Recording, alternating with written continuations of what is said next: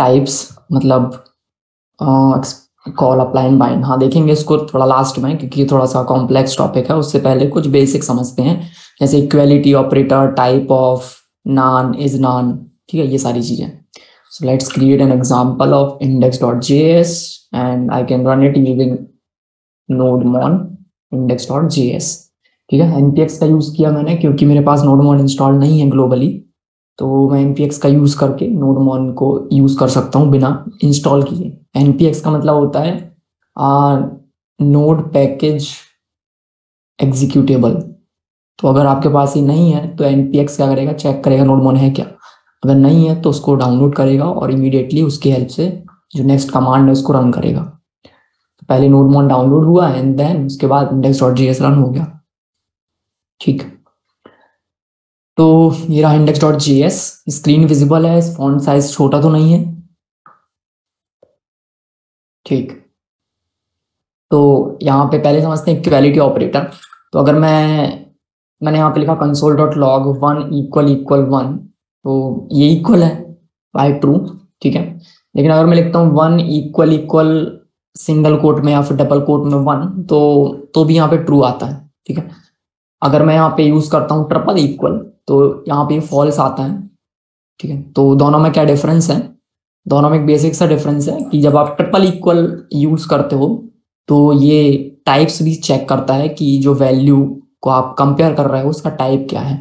तो उसका टाइप अगर सेम होगा तो ही ट्रिपल इक्वल हमको ट्रू रिटर्न करेगा, क्योंकि यहाँ पे जो 1 है इसका टाइप क्या है, नंबर, एंड ये वाला जो 1 है इसका टाइप क्या है, स्ट्रिंग। एंड जब आप डबल इक्वल यूज करते हो तो ये वैल्यू को चेक करता है, ना कि टाइप्स को। तो वैल्यू वाइज अगर हम 1 और 1 को देखें तो ये सेम है। ठीक है, तो हमको मिला यहाँ पे ट्रू। लेकिन जब हम ट्रिपल इक्वल यूज करते हैं तो वैल्यू वाइज ये 1 है क्योंकि सेम है, पर टाइप दोनों के अलग अलग है। तो पहला वाला नंबर है, दूसरा वाला स्ट्रिंग है, तो यहाँ पे हमको मिला फॉल्स। ओके, तो ये एक बेसिक सा डिफरेंस है इसमें। इसमें कोई डाउट नहीं? ठीक है, इसके बाद टाइप्स कैसे चेक करते हैं किसी भी एलिमेंट का, using type of. Type of एक ऑपरेटर है, ऑपरेटर जो किसी वैल्यू पे ऑपरेट करेगा, और उसको हम पहले लिख रहे हैं टाइप ऑफ। और उसके बाद आप कोई वैल्यू लिख दो, जैसे कि मैंने लिखा 1, तो कंसोल पे क्या प्रिंट हुआ, नंबर। उसका मतलब ये है कि वैल्यू इसका जो टाइप है वो नंबर है, नंबर टाइप का वैल्यू। अगर मैं यहाँ पे लिखता हूँ 1 लाइक दिस तो क्या आएगा यहाँ पे, string. Okay, so type of क्या बताता है आपको, उस वैल्यू का टाइप। ठीक है, इस तरह से और भी वैल्यूज हैं यहाँ पे लाइक दिस। तो ये क्या है, ये एक ऑब्जेक्ट है। जो एरेज हैं, एरे भी ऑब्जेक्ट होता है जावास्क्रिप्ट में, तो ये भी एक एरे है। इसके बाद कोई भी नंबर आप लिखोगे ये, और एक स्पेशल यहाँ पे वैल्यू है विच इज नॉन। नॉन भी एक तरह का नंबर है which is not a number. ठीक है, तो उसमें कंफ्यूज होने की बात नहीं है, जस्ट याद रखिए कि number not a number, NaN का फुल फॉर्म होता है नॉट अ नंबर। जो कि नंबर नहीं है उसको हम बोलते हैं नॉन, नॉट अ नंबर, जो कि जिसका टाइप जावास्क्रिप्ट में होता है नंबर। ठीक है, उसके बाद कोई भी जो अनडिफाइन है वो भी एक टाइप है, अनडिफाइन इज अ टाइप। कोई वेरिएबल आप क्रिएट करते हो, तो जैसे कि मान लेते हैं कोई वेरिएबल है मेरे पास एज नाम का। ठीक है, तो एज नाम का कोई वेरिएबल है क्या, यहाँ पे नहीं है, तो उसका टाइप क्या होगा यहाँ पे, undefine. As is undefine.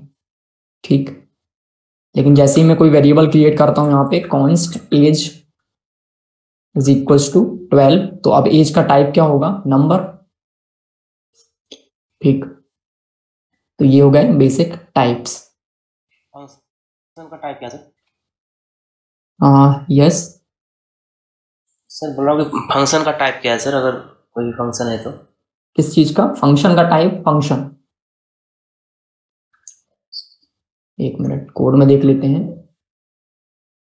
Function का टाइप होगा, लेट्स क्रिएट इट। ये हमने एक फंक्शन बनाया। ओके, एक फंक्शन को वेरिएबल में स्टोर करेंगे। un is like this and then type of fun will be function। ठीक है, एंड ये एक एरो फंक्शन है तो भी फंक्शन होगा। अगर मैं फंक्शन को एक कीवर्ड की हेल्प से बनाता हूँ, फंक्शन कीवर्ड से, तो भी उसका टाइप जो है वो फंक्शन होगा। ओके, यहाँ तक कोई डाउट? No sir. ठीक है, इसके बाद यहाँ पे एक तो हमने देखा कि नॉन मतलब नॉट अ नंबर, जो कि नंबर नहीं है। अब आप यहाँ पे चेक कैसे करोगे कि नंबर नहीं है कोई वैल्यू? तो अगर मेरे पास, मैंने यहाँ पे लिखा console.log, और मेरे पास एक फंक्शन है जो कि ग्लोबल फंक्शन है, ग्लोबली मुझे एक्सेसिबल है ये। इस नॉन को हम कोई भी नंबर पास करेंगे, कोई भी वैल्यू पास करेंगे, तो ये हमको बताएगा वो नंबर है या फिर नहीं। ठीक है, तो अगर मैंने यहाँ पे लिखा 10, 10 क्या नंबर नहीं है? इज नॉन का मतलब है कि is not a number, is not a number. थोड़ा सा कंफ्यूजन होती है इस फंक्शन को यूज करने में। Is not a number 10, 10 number नहीं है। फॉल्स और ट्रू? फॉल्स, क्योंकि ये नंबर है, तो यहाँ पे आया फॉल्स ना। इसके बाद console dot log is not a number, like this. तो ये नंबर है क्या? True, is not a number, Virendra is not a number, तो ये आया ट्रू हमारे पास। जब आपको चेक करना है कि यहाँ पे नंबर है या फिर नहीं, तो आप इस नॉन का यूज कर सकते हो वहां पे। ठीक है,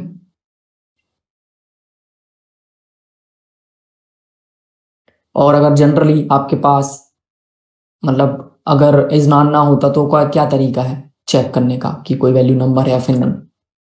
कंसोल डॉट लॉग, मैंने एक वैल्यू लिखा, मान लेते हैं मेरे पास 10 है। अब ये 10 नंबर है कि नहीं, कैसे पता चलेगा? लिखते हैं इज नॉन, क्या आया? False, is not a number, 10 is not a number, false, because 10 is a number. ठीक है, तो उसको वो पार्स करेगा एंड देन आपको बताएगा कि नंबर है कि नहीं। ठीक है, नाउ ट्रू। अब आपके पास कोई स्ट्रिंग नंबर और आप अगर उसको कन्वर्ट करना चाहते हो नंबर में, तो हमारे पास एक और मेथड है, पार्स इंट। पार्स इंट, और आप इस इंट को एक स्ट्रिंग वैल्यू देते हो, तो ये आपको पार्स करके एक नंबर वैल्यू रिटर्न करता है। ठीक है, जो ये नंबर आपको रिटर्न कर रहा है उसका टाइप क्या है? नंबर। इनिशियली स्ट्रिंग था, आप उसको नंबर में कन्वर्ट करना चाहते हो, तो पार्स इंट का यूज कर सकते हैं। एक शॉर्ट फॉर्म है जो जनरली हम प्रोजेक्ट्स में यूज करते हैं, जिस प्लस यूज करके हम इसके आगे, यहाँ पे अगर 100 कोई स्ट्रिंग वैल्यू और उसके आगे आप प्लस यूज करो, तो ये नंबर में कन्वर्ट हो जाएगा। ठीक है, जब आप एक्सप्रेस जेएस में काम करते हो और आपको एक वैल्यू मिलता है पेज, आप उसको यूज करते हो यूजिंग रिक्वेस्ट डॉट, लिखते हो ऐसा, request dot dot query dot page number read करना है, और आपको पेज का जो वैल्यू क्वेरी से मिलता है वो स्ट्रिंग होता है हमेशा। हमेशा जब आप एक्सप्रेस जेएस की क्वेरी रीड करते हो तो आपको स्ट्रिंग वैल्यू मिलता है। अब पेज नंबर स्ट्रिंग है, आप इसको कन्वर्ट करना चाहते हो नंबर में, तो आप इसके आगे प्लस यूज करके उसको किसी वेरिएबल में स्टोर कर लेते हो। ठीक है, देखा होगा ऐसा कोड। ठीक है, तो ये एक यूज केस है जहाँ पे आप प्लस का यूज करके बहुत इजीली नंबर में कन्वर्ट कर सकते हो किसी भी वैल्यू को। ठीक, okay.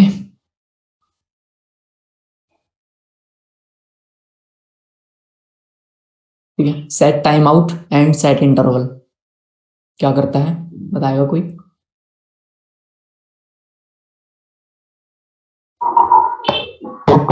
Time out asynchronous function है। ओके, और फिर इसमें क्या हम लोग हमारे तरीके से मतलब कोई भी कोड को हम एग्जीक्यूशन कर सकते हैं, मतलब एग्जीक्यूशन करवा सकते हैं अपने हिसाब से। वहाँ पे मतलब वहाँ पे टाइम देना होता है। ओके, तो सेट एक टाइम कॉलबैक आउट, फंक्शन है। हाँ, कॉलबैक फंक्शन है। हाँ, इस फंक्शन को कॉल करेंगे। तो सेट टाइम आउट को अगर मैं टर्मिनोलॉजी एक जानना चाहता हूँ उसकी, कि ये किस तरह का फंक्शन है सेट टाइम आउट, बता सर सकते ये हैं? एसिंक्रोनस फंक्शन है। नहीं, वो तो ठीक है, कुछ अलग अलग। सर कॉल बैक फंक्शन है सर। कॉल बैक फंक्शन तो ये जो मैंने अंदर पास किया, ये कॉल बैक। हाँ, हायर ऑर्डर फंक्शन बोलेंगे हम सेट टाइम आउट को। एक फंक्शन जो एक कॉल बैक एक्सेप्ट करता है या फिर एक फंक्शन रिटर्न करता है, उसको हम कहते हैं हायर ऑर्डर फंक्शन, HOF। ठीक है, हायर ऑर्डर फंक्शन। तो आप लोगों ने शायद रिएक्ट पढ़ा होगा, तो रिएक्ट में एक फंक्शन जो एक कंपोनेंट जो दूसरा कंपोनेंट एक्सेप्ट करता है, उसको हम कहते हैं higher order component. Same same definition. ठीक है, तो वैसे यहाँ पे भी है। तो ये एक हायर ऑर्डर फंक्शन है क्योंकि एक कॉल बैक रिटर्न करता है। ठीक है, एक फंक्शन बनाते हैं const do it after 2 second. ठीक है, ये मेरे फंक्शन का नाम है console.log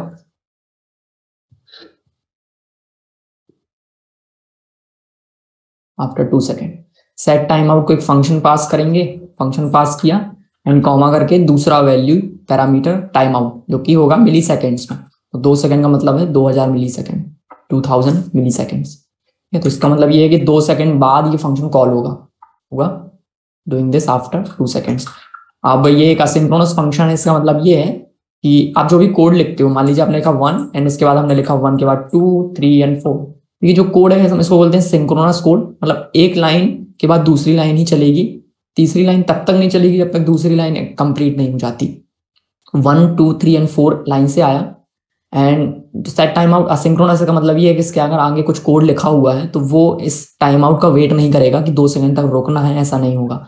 तो अगर आप इसके आगे और भी वैल्यूज लिखो यहाँ पे 5 लाइक दिस, तो क्योंकि ये फंक्शन तो 2 सेकंड बाद रन होने वाला है, बट ये आगे वाली लाइंस इसका वेट नहीं करेंगे, ये आगे रन हो जाएंगी, ये 2 सेकंड बाद रन होगा। सी सब कुछ प्रिंट हो गया, बट 2 सेकंड बाद वाला जो कोड था वो बाद में रन हुआ है, लेकिन हमने लिखा इसको पहले है, तो इसको हम कहते हैं असिंक्रोनस कोड। ठीक है, लाइक दिस। अब इसमें एक और होता है सेट इंटरवल। सेट इंटरवल क्या करता है? इंटरवल मतलब कि एक पर्टिकुलर इंटरवल के बाद, मान लेते हैं कि 2 सेकंड के बाद आप कंटिन्यूअसली इसको रन करना चाहते हो इस फंक्शन को। ठीक है, डू इट आफ्टर 2 सेकंड। तो इस केस में ये जो फंक्शन है ये हर 2 सेकंड बाद रन होगा सेट इंटरवल के केस में। नाउ सी 2 सेकंड बाद ये एक बार रन हो जाएगा, उसके बाद ये इंटरवल वाला हर 2 सेकंड में रन हो रहा है।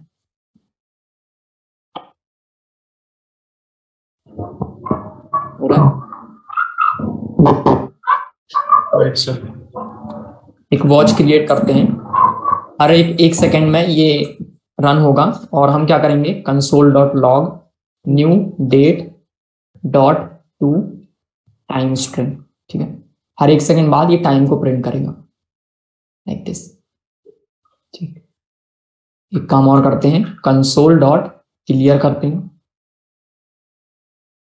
कंसोल क्लियर हो रहा है इसलिए वो एक के बाद एक नहीं आ रहा है, प्रिंट होते ही पुराना जो रिजल्ट है वो क्लियर होता जा रहा है। तो ऐसा लग रहा है कि सिर्फ 5 6 7 ये चेंज हो रहा है, बट एक्चुअली वो पूरा स्ट्रिंग चेंज हो रहा है।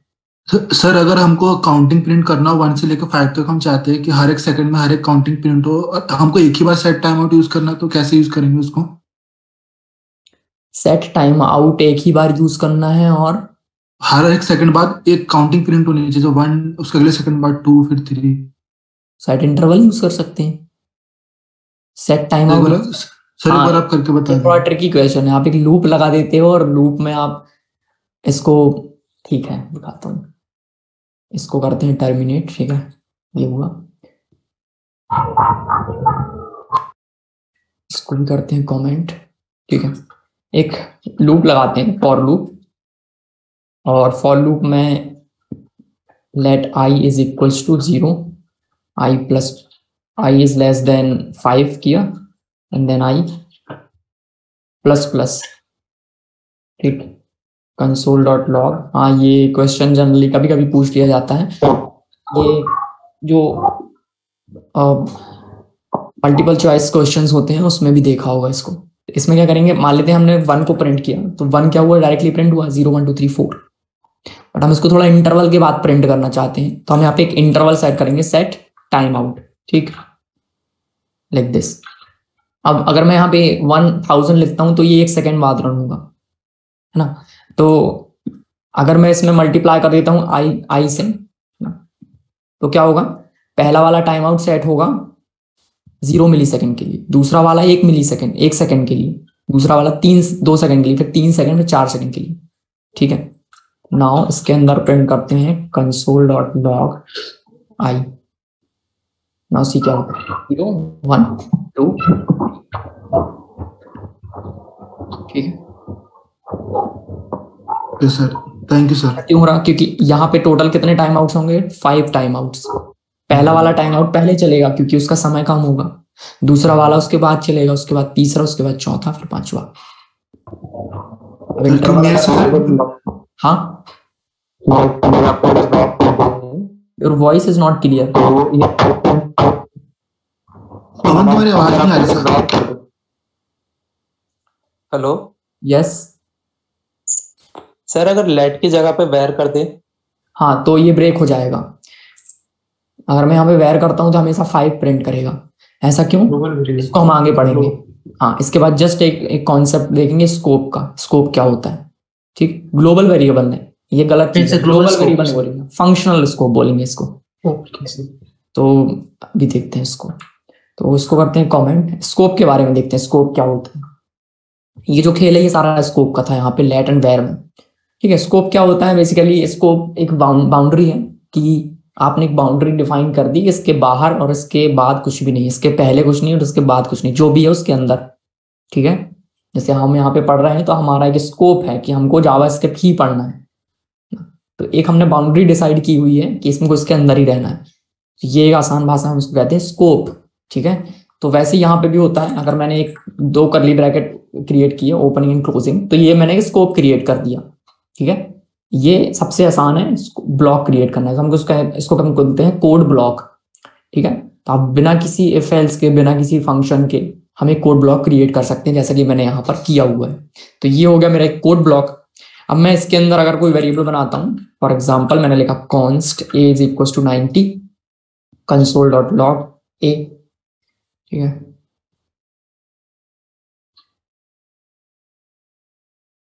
scope dot js, paste it here, and px node mon scope dot js. Okay, so 90 यहाँ पे प्रिंट हुआ। अभी क्या करेंगे, इस वेरिएबल को इसके बाद एक्सेस करते हैं कंसोल डॉट लॉग ए। यहाँ पे आया रेफरेंस एरर कि ए डिफाइन नहीं, क्योंकि जब मैं ब्लॉक क्रिएट करता हूँ तो जो कांस्टेंट वेरिएबल है उसका एक स्कोप होता है कि कर्ली ब्रैकेट के बाद ही एक्सेसिबल है, और जब आपने उसको डिफाइन किया उसके बाद एक्सेसिबल है, और जो आपने क्लोज किया उसके पहले एक्सेसिबल है। उसके बाद इसका कोई स्कोप नहीं है ना, तो ये बाहर विजिबल नहीं है। सो ये स्कोप है। थोड़ा डिटेल में देखते हैं लेट वेर एंड कॉन्स्ट का क्या स्कोप है। ठीक, इसको करते हैं कमेंट। एक फंक्शन बॉडी क्रिएट करते हैं पहले।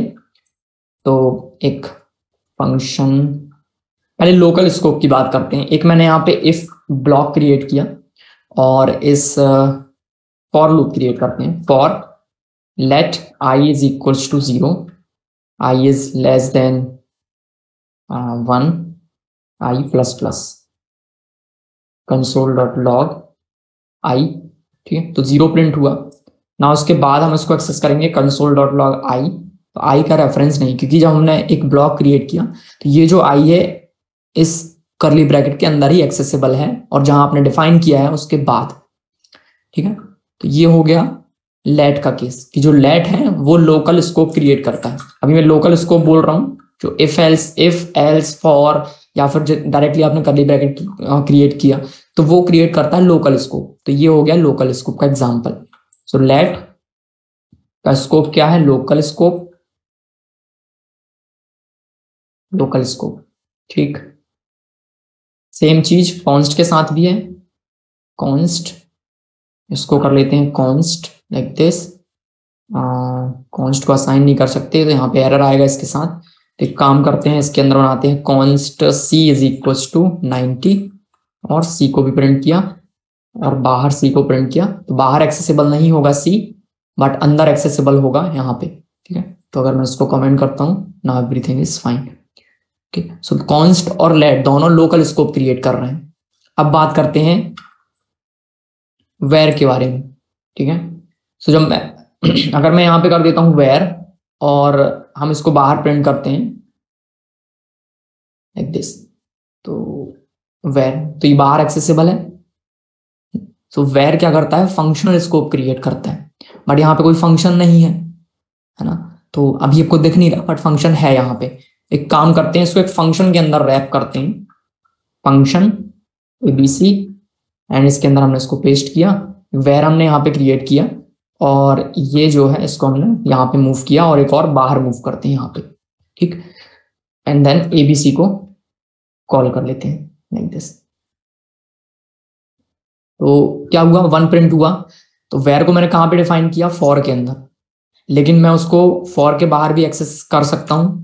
ठीक है, क्योंकि जब भी आप एक वेर से वेरिएबल क्रिएट करते हो तो उसका जो सबसे पास वाला जो फंक्शन होता है, तो इस फॉर लूप के सबसे पास वाला फंक्शन कौन सा है? Nearest function ABC. तो इस एबीसी फंक्शन के अंदर आप इस वेर आई को कहीं भी एक्सेस कर सकते हो, ठीक है। तो मैं इसको बाहर एक्सेस कर पा रहा हूं, जबकि हमने इसको लोकल बॉडी में डिफाइन किया था, बट मैं उसको फंक्शन के अंदर कहीं भी एक्सेस कर सकता हूँ। तो इसका मतलब ये है कि आप फंक्शन इस वेरिएबल को कहीं भी बना लो यूजिंग वेर, ये फंक्शनल स्कोप क्रिएट करता है, ठीक है। तो वेर का जो स्कोप है वो क्या है? फंक्शन स्कोप, ठीक है। ग्लोबल स्कोप अगर होता तो मैं इसको यहां बाहर भी एक्सेस कर पाता, लेकिन मैं उसको बाहर एक्सेस नहीं कर पा रहा हूं, ठीक है। तो ये प्रूफ करता है कि ग्लोबल स्कोप नहीं, ये फंक्शन स्कोप है, ठीक। लेकिन अगर यही कोड मैं ब्राउजर पे जाके लिखता हूं तो जो भी वेर से मैं क्रिएट करता हूं वो विंडो के अंदर बनता है, तो वहां पे हम इसको कहेंगे कि ग्लोबल स्कोप क्रिएट कर रहा है, ठीक। अभी मैं जो कोड रन कर रहा हूँ वो नोड जेएस में, तो हमारे पास दो एनवायरनमेंट है जावास्क्रिप्ट को रन करने की। हमारा नोड एनवायरनमेंट, दूसरा एनवायरनमेंट हमारा विंडो ब्राउजर एनवायरनमेंट।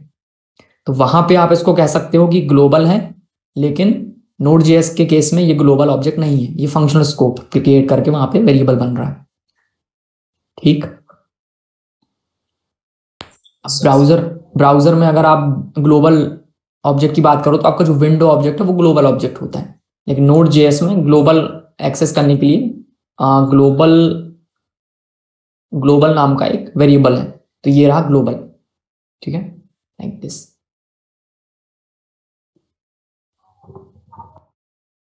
ब्राउजर पे चलते हैं, टेस्ट करते हैं इसको एक बार, लेट मी ट्राई।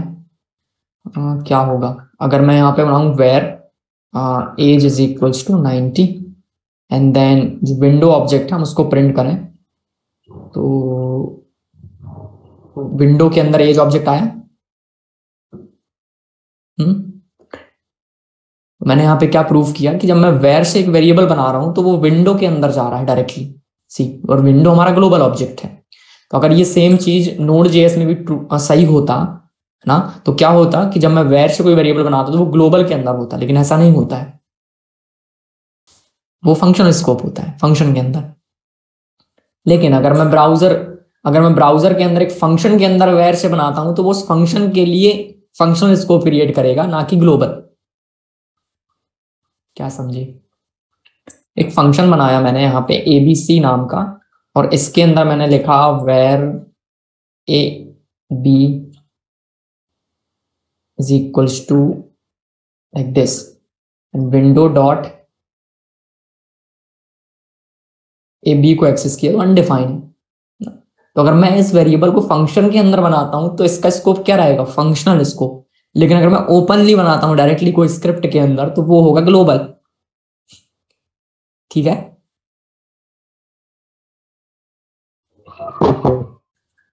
कोई कंफ्यूजन यहां तक? No sir. समझ में नहीं आया। समझ में सब आया, कंफ्यूज हो गया ये बोलो। सर कंफ्यूज है कि समराइज करते हैं इसको एक बार। नोड जेएस में अगर सर ऐड करके अगर लाइक तो ये तो सर हमारा ग्लोबल में जाएगा ना। हाँ, 2-4 पॉइंट लिखते हैं बहुत आसान से, उससे सब कुछ क्लियर हो जाएगा। लेट के बारे में अगर बात करें तो ये लोकल स्कोप क्रिएट करेगा। कॉन्स्ट के बारे में बात करें तो ये लोकल स्कोप क्रिएट करेगा, इसमें कोई इश्यू नहीं है, ठीक। लोकल का मतलब ये अगर आपके पास फॉर लूप नहीं है और आप उस फंक्शन के अंदर डायरेक्टली आप क्रिएट कर रहे हो कॉन्स्ट और लेट, तो लेट और कॉन्स्ट के लिए लोकल क्या होगा? वो फंक्शन उसके लिए लोकल होगा। लेट और वेर के केस में वो स्कोप कौन डिफाइन करेगा? नियरेस्ट करली ब्रैकेट्स। कॉन्स्ट के लिए कौन डिफाइन करेगा? नियरेस्ट करली ब्रैकेट। लेकिन वेर के लिए कौन डिफाइन करेगा? नियरेस्ट फंक्शन, ठीक। क्लियर हुआ? अगर मैं फॉर के अंदर लेट और कॉन्स्ट क्रिएट किया तो उसका स्कोप क्या होगा? उसका जो नियरेस्ट करली ब्रैकेट ओपन क्लोज है वो कॉन्स्ट के लिए भी सेम, लेकिन वेर के लिए ऐसा नहीं है। वेर के लिए कौन सा था नियरेस्ट करली ब्रैकेट? ये वाला, लेकिन वेर में ऐसा नहीं होता, वेर अपने नियरेस्ट फंक्शन के अंदर होगा। तो ये एक चीज क्लियर हुई। लेकिन ये नोड जेएस प्लस ब्राउजर दोनों के लिए ये सही है। लेकिन जब हम ब्राउजर की बात करें तो ब्राउजर्स में क्या होगा? अगर आप if var is not in function then window dot variable, ठीक है। लेकिन अगर वो फंक्शन के अंदर है तो फंक्शनल स्कोप, ठीक। ग्लोबल।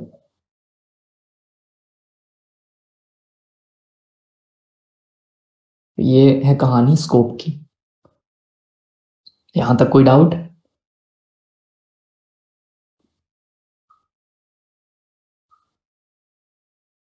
ठीक, नाउ देखते हैं कि डीप कॉपी और शैलो कॉपी क्या होता है। copy.js इसको रन करते हैं। नोडमॉन मेरे पास नहीं है, तो npx का यूज करेंगे। नोडमॉन copy.js।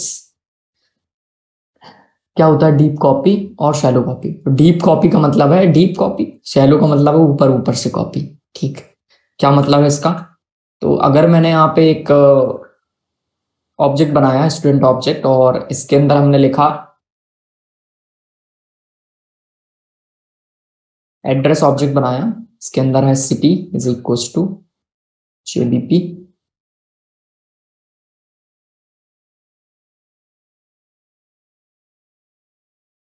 स्टेट, ठीक है, and then name,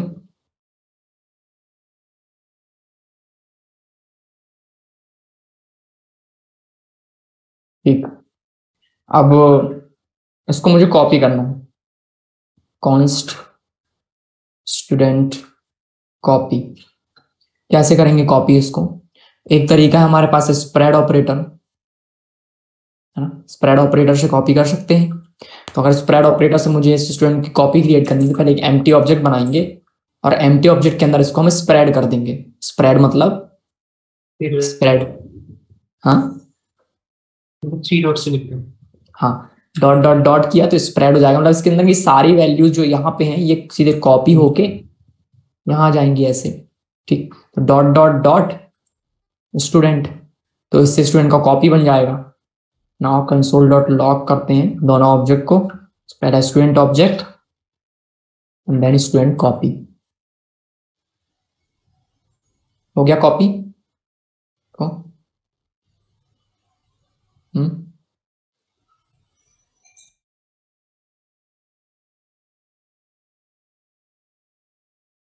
student copy,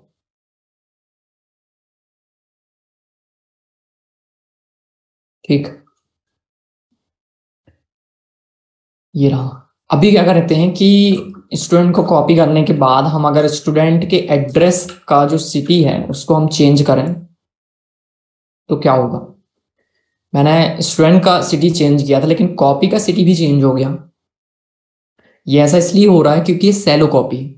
shallow copy का मतलब ये है कि अगर इस स्टूडेंट ऑब्जेक्ट के अंदर कोई रेफरेंस टाइप वैल्यूज हैं, रेफरेंस मतलब ये एक रेफरेंस है, ऑब्जेक्ट डायरेक्टली एक वेरिएबल में स्टोर नहीं होता है। रेफरेंस एक ऑब्जेक्ट बनता है आपकी मेमोरी में, उस ऑब्जेक्ट का रेफरेंस स्टोर होता है आपके इस एड्रेस के पास। तो ये एक रेफरेंस है। तो रेफरेंस टाइप ऑब्जेक्ट्स होते हैं, एरेज होते हैं, स्ट्रिंग एंड नंबर ये प्रिमिटिव वैल्यूज हैं, ठीक है। और स्ट्रिंग भी प्रिमिटिव, स्ट्रिंग प्रिमिटिव नहीं है लेकिन वो इम्यूटेबल है, आप उसको चेंज नहीं कर सकते, ठीक है, तो वो नया ही बनता है हमेशा। तो जो एड्रेस ऑब्जेक्ट है वो रेफरेंस टाइप है। तो सैलो कॉपी में क्या होता है कि जो रेफरेंस टाइप होते हैं उनका रेफरेंस स्टोर हो जाता है, रेफरेंस कॉपी हो जाता है, बट इनर वैल्यूज चेंज नहीं होती हैं, ठीक है। तो इसका मतलब ये है कि जब मैंने कॉपी किया तो स्टूडेंट का जो एड्रेस ऑब्जेक्ट था और स्टूडेंट कॉपी का जो एड्रेस ऑब्जेक्ट था वो दोनों एक ही ऑब्जेक्ट है। चेक करते हैं इसको, console dot log student dot address is equals to student copy dot address. अगर ये दोनों सेम है तो हमको ट्रू रिटर्न करेगा, ठीक है। यहाँ पे आया ट्रू, इसका मतलब है दोनों के जो एड्रेस ऑब्जेक्ट हैं वो दोनों सेम है, ठीक। तो क्या कर सकते हैं कि हम स्प्रेड ऑपरेटर से ही अगर हमको करना है तो कैसे करें हम डीप कॉपी? डीप कॉपी करने के लिए आप क्या कर रहे हो, स्टूडेंट को आपने स्प्रेड किया तो स्टूडेंट का जो एड्रेस था और नेम था दोनों स्प्रेड हो गए, लेकिन हम इसके अंदर जो एड्रेस है उसको फिर से स्प्रेड करेंगे।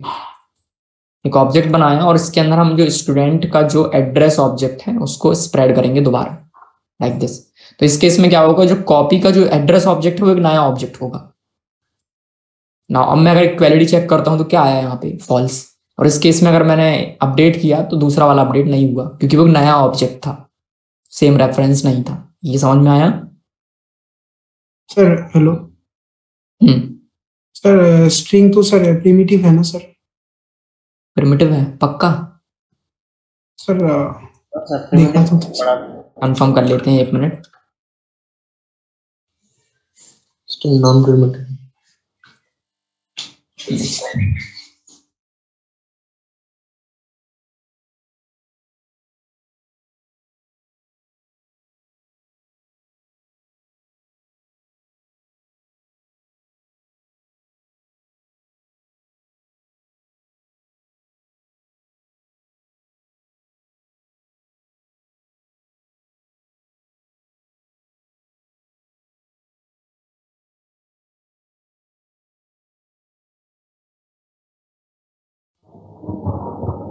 रेफरेंस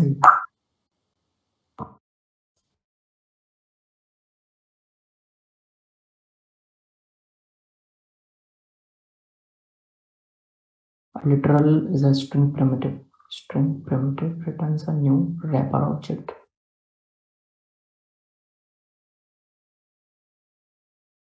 ओके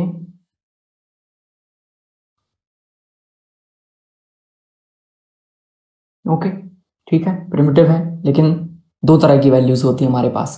ठीक है, फिर से दिखाता हूँ मैं एक बार।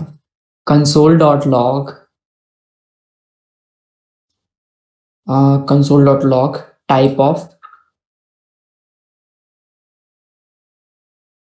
हेलो या स्ट्रिंग और स्ट्रिंग हेलो। ओके, ये भी स्ट्रिंग है। ओके, ये जो दूसरा वाला है ये होगा रेफरेंस टाइप और ये होगा प्रिमिटिव टाइप। ठीक है, as per the documentation. Okay ठीक है, ये प्रिमिटिव है। I am sharing the documentation link for more information. ठीक है, सैलो कॉपी और डीप कॉपी समझ में आया? तो अभी मैंने डीप कॉपी यूज किया यूजिंग स्प्रेड ऑपरेटर, लेकिन जस्ट इमेजिन कि मेरे पास बहुत सारे नेस्टेड ऑब्जेक्ट्स हैं, तो हर एक नेस्टेड ऑब्जेक्ट को मैं इस तरह से डॉट डॉट डॉट डॉट करके कॉपी नहीं कर सकता, क्योंकि मुझे खुद नहीं पता कि उस ऑब्जेक्ट के अंदर कितने ऑब्जेक्ट हैं। तो एक जनरल सॉल्यूशन नहीं है ये। ठीक है, तो उसके लिए हमारे पास और दूसरी मेथड्स हैं, जैसे कि आप स्ट्रिंगीफाई और पार्स का यूज करके भी ऑब्जेक्ट को डीप कॉपी कर सकते हो। कुछ थर्ड पार्टी पैकेजेस हैं जैसे कि लोडैश और अंडरस्कोर, जो जिसकी हेल्प से आप डीप कॉपी कर सकते हो। ठीक है, ये एक तरीका है डीप कॉपी करने का। दूसरा, const student copy is equals to JSON dot stringify, and then student object का जब आप स्ट्रिंग कन्वर्ट करते हो, क्योंकि स्ट्रिंग इम्यूटेबल है। इम्यूटेबल मतलब आप चेंज नहीं कर सकते उसको। जब आप उसको स्ट्रिंग में कन्वर्ट करोगे तो हमको स्ट्रिंग मिल जाएगा जो कि इस ऑब्जेक्ट से अलग होगा। अब वापस से आप उस स्ट्रिंग का ऑब्जेक्ट बना दोगे तो वो एक नया ऑब्जेक्ट हमको देगा, रिटर्न करेगा। ठीक है, तो जेसन डॉट पार्स का यूज करके आप स्ट्रिंग को पार्स कर सकते हो। जो फाइनल ऑब्जेक्ट आपको मिलेगा वो एक नया ऑब्जेक्ट होगा। फॉल्स आया यहाँ पे, मैंने वैल्यू चेंज किया और पुराना वैल्यू सेम। तो ये एक दूसरा तरीका है, पार्स एंड स्ट्रिंगीफाई। ठीक, सॉरी फॉर इंटरप्ट सर, जो आपने थर्ड पार्टी लोडेश बताया वो तो हम तभी यूज करते हैं ना जब हमारे ऑब्जेक्ट के अंदर कोई मेथड होता है। नहीं ऐसा नहीं है। सो अभी जैसे आपने जो JSON dot parse JSON dot stringify बताया है, इसमें अगर हमारे पास ऑब्जेक्ट के अंदर मेथड होगा उसको क्या फिर डीप कॉपी कैसे करेंगे? नहीं, वो काम नहीं करेगा। फंक्शन अगर इसके अंदर, तो फंक्शंस काम नहीं करेंगे वापस जब आप उसको पास Right. करोगे तो फॉर एग्जांपल यहाँ पे एक फंक्शन है गेट नेम, और आप स्टूडेंट कॉपी के अंदर गेट नेम को कॉल करोगे, वो आएगा ही नहीं, क्योंकि फंक्शंस को आप स्ट्रिंग में कन्वर्ट नहीं कर सकते। सो इट्स मीन उस कंडीशन के लिए, उस सिनेरियो के लिए हमको लोडेश में थर्ड पार्टी पैकेज Lodash, हाँ। लाइब्रेरी यूज करना होगा, राइट? हाँ, लेकिन इस केस में भी कर सकते हैं जब वैल्यू नहीं है तब भी।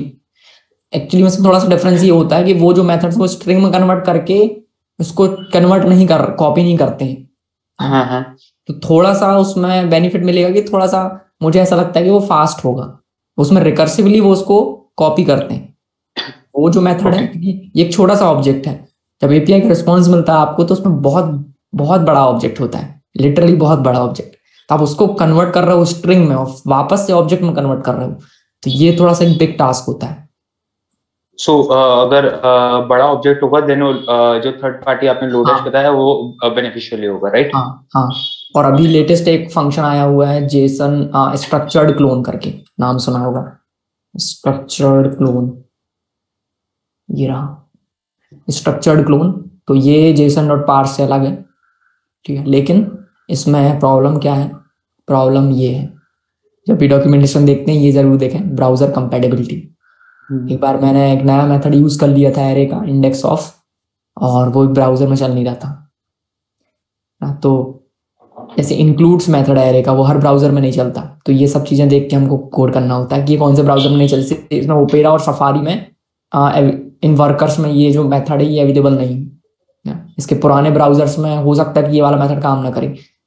ओके, ठीक है, include array dot prototype, okay, ये सब में चलेगा। एक और रिप्लेस ऑल, ये भी सही है, ठीक है। लोडैश के बारे में पता होगा, लोडैश ये यूटिलिटी पैकेज है जिसको आप नोड.जेएस में यूज कर सकते हो, रिएक्ट में यूज कर सकते हो। बहुत सारे फंक्शंस हैं इसमें, जैसे कि रहा है एरे पे find initial index of, last index of, ठीक है। हमने देखा था क्लोन, ये रहा clone deep, clone deep, clone with, तो सबका अलग अलग काम। ओके, वापस चलते हैं। ओके, समझ में आया? Deep copy, shallow copy. Yes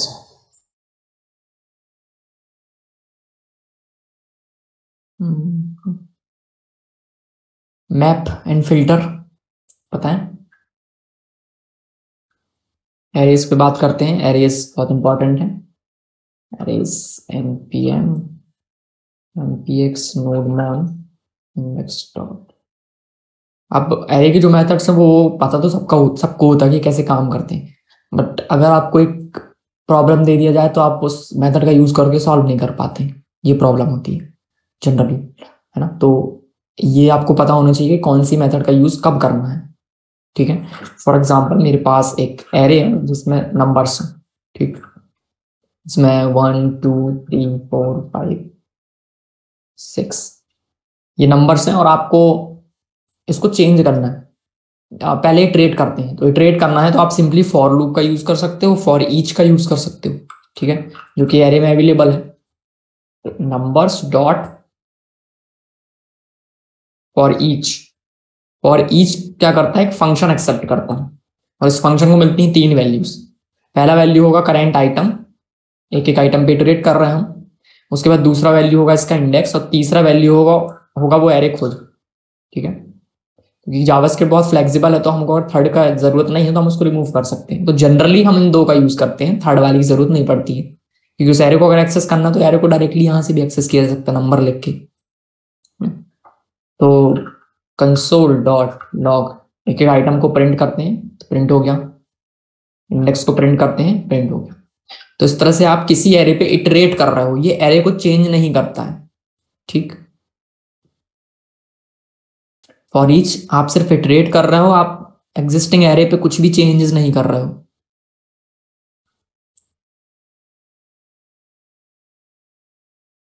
now दूसरा देखते हैं, नंबर्स डॉट मैप। मैप का मतलब ये होता है कि आप कुछ चेंजेस कर रहे हो, ठीक है। मैप करना मतलब एक वैल्यू को ट्रांसफॉर्म करना दूसरे वैल्यू में, तब आप यूज करते हो मैप का। आपको क्वेश्चन मिला कि इस नंबर का डबल कैलकुलेट करके, मतलब सारे एलिमेंट का डबल करके एक नया एरे रिटर्न करो। तो इसका मतलब ये है कि आप हर एक एलिमेंट को चेंज कर रहे हो और एक नया एरे रिटर्न करना है। जब भी आपको कोई वैल्यूज को ट्रांसफॉर्म करना है, चेंजेस करने हैं उसमें, तो आप मैप का यूज करोगे। तो मैप क्या करेगा, ओरिजिनल एरे को चेंज नहीं करेगा, वो नया एरे रिटर्न करेगा। बट इसका कॉन्सेप्ट क्या है यूज करने का, सेम चीज है। यहाँ पे हमको मिलेगा आइटम और हमको मिलेगा इंडेक्स, ठीक है, and const n1 console.log n1, ठीक है, देन const n2 मैप करते हैं, और मैप के अंदर भी सेम चीज console.log करते हैं, like this, let's copy it, paste it here and दोनों को जब हमने प्रिंट किया तो जो n1 है उसमें क्या है, अनडिफाइंड। तो जब आप फॉर ईच का यूज करते हो तो कुछ रिटर्न नहीं करता है, अनडिफाइंड। पर जब आप मैप का यूज करते हो तो ये आपको एक नया एरे रिटर्न करता है, और एरे के अंदर अभी क्या है, अनडिफाइंड। तो आप जो इस फंक्शन के अंदर से रिटर्न करते हो वही इस नए एरे के अंदर होगा। तो अगर मैं इसके अंदर से रिटर्न करता हूं 1, रिटर्न 1, तो क्या होगा, एरे के अंदर 1 1 1 1। ठीक है, तो अब इसको हम चेंज कैसे करेंगे, हमारे पास करेंट आइटम है, अब करेंट आइटम पे आप जो भी ऑपरेशन करोगे वो आपको रिटर्न होके मिल जाएगा। मैंने आइटम मल्टीप्लाई बाय 2 किया तो क्या होगा, हर एक आइटम का मल्टीप्लाई हुआ 2 से, वो नया एरे हमको रिटर्न हो गया। ठीक, सर एक बार map dot has map dot set new map एक बार वो बता दीजिए। वो बिल्कुल डिफरेंट चीज है। अभी हम एरे के एक फंक्शन की बात कर रहे हैं, मैप जो कि एक फंक्शन है। जो आप बात कर रहे हो मैप को, वो एक ऑब्जेक्ट है, मैप ऑब्जेक्ट, जिसके अंदर आप डेटा स्टोर कर रहे होते हो, लेकिन ये एक फंक्शन है। उस पे आएंगे इसके बाद। ठीक, तो मैप एक फंक्शन है जो कि एरे पे होता है। एरे पे आप एक ऑपरेशन कर रहे हो मैप, जिसमें आप हर एक एलिमेंट को चेंज करके एक नया एरे रिटर्न कर रहे हो। तो इस तरह से हमने n2 में क्या किया, डबल किया एलिमेंट का। ठीक, अब एक है फिल्टर। तो मान लेते हैं कि फिल्टर का मतलब है कि आप डेटा कुछ फिल्टर करना चाहते हो, आप वो लिस्ट से वो एलिमेंट चाहते हो जो इवन है। ठीक है, तो वो कैसे करेंगे, तो मान लेते हैं कि हमने सेम सिग्नेचर होगा इसका भी, तो यहाँ पे कर देते हैं m3 मैप की जगह पे यूज करेंगे फिल्टर। सेम फंक्शन रहेगा, आइटम मिलेगा, इंडेक्स मिलेगा, लेकिन आप जिसके लिए रिटर्न करोगे ट्रू, वो आइटम इस न्यू लिस्ट में होंगे। तो यहाँ पे सारे एलिमेंट है, क्योंकि मैंने सिर्फ ट्रू रिटर्न किया। मैंने रिटर्न किया फॉल्स, तो मतलब कि अगर जिस एलिमेंट के लिए फॉल्स रिटर्न होगा तो वो एलिमेंट इस लिस्ट में नहीं होगा।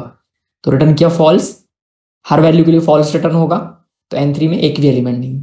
तो हम इसको कंडीशनल रख सकते हैं। क्या रखेंगे कंडीशन में, कि जहां पे इंडेक्स वैल्यू अगर 2 है तो ट्रू रिटर्न करेगा। ट्रू मतलब कि वो एलिमेंट रिटर्न होगा जिसका इंडेक्स 2 है। Now you can see 3 return होगा। थोड़ा और थोड़ा रियलिस्टिक एग्जांपल क्रिएट करते हैं। सो इक्वल 0, इसका मतलब क्या है कि वो सारे इवन नंबर रिटर्न होंगे, ऑड नंबर। तो यहाँ पे नॉट इंडेक्स, यहाँ पे आएगा आइटम लाइक दिस। सो उस आइटम को डिवाइड किया 2 से, अगर उसका रिमाइंडर 0 है मतलब वो इवन है, और वो इवन है तो रिटर्न करेगा ट्रू। जो ट्रू रिटर्न होगा वो इस n3 के अंदर जाएगा, 2 3 4 एंड 6, 2 4 एंड 6। ठीक है, सो ये हो गया फिल्टर। इसमें कुछ डाउट?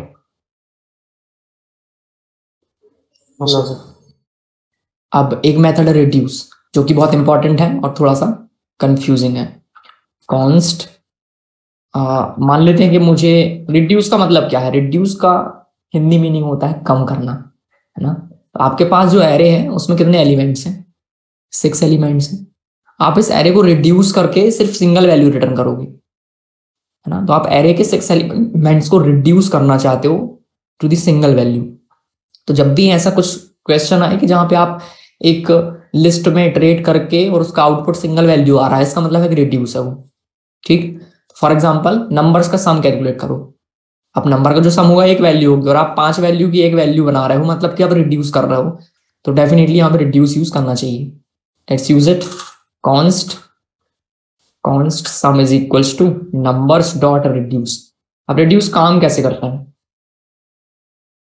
तो रिड्यूस को चाहिए एक फंक्शन जिसके पास यहाँ पे मिलेगा फाइनल वैल्यू, उसको लिख देते हैं फाइनल।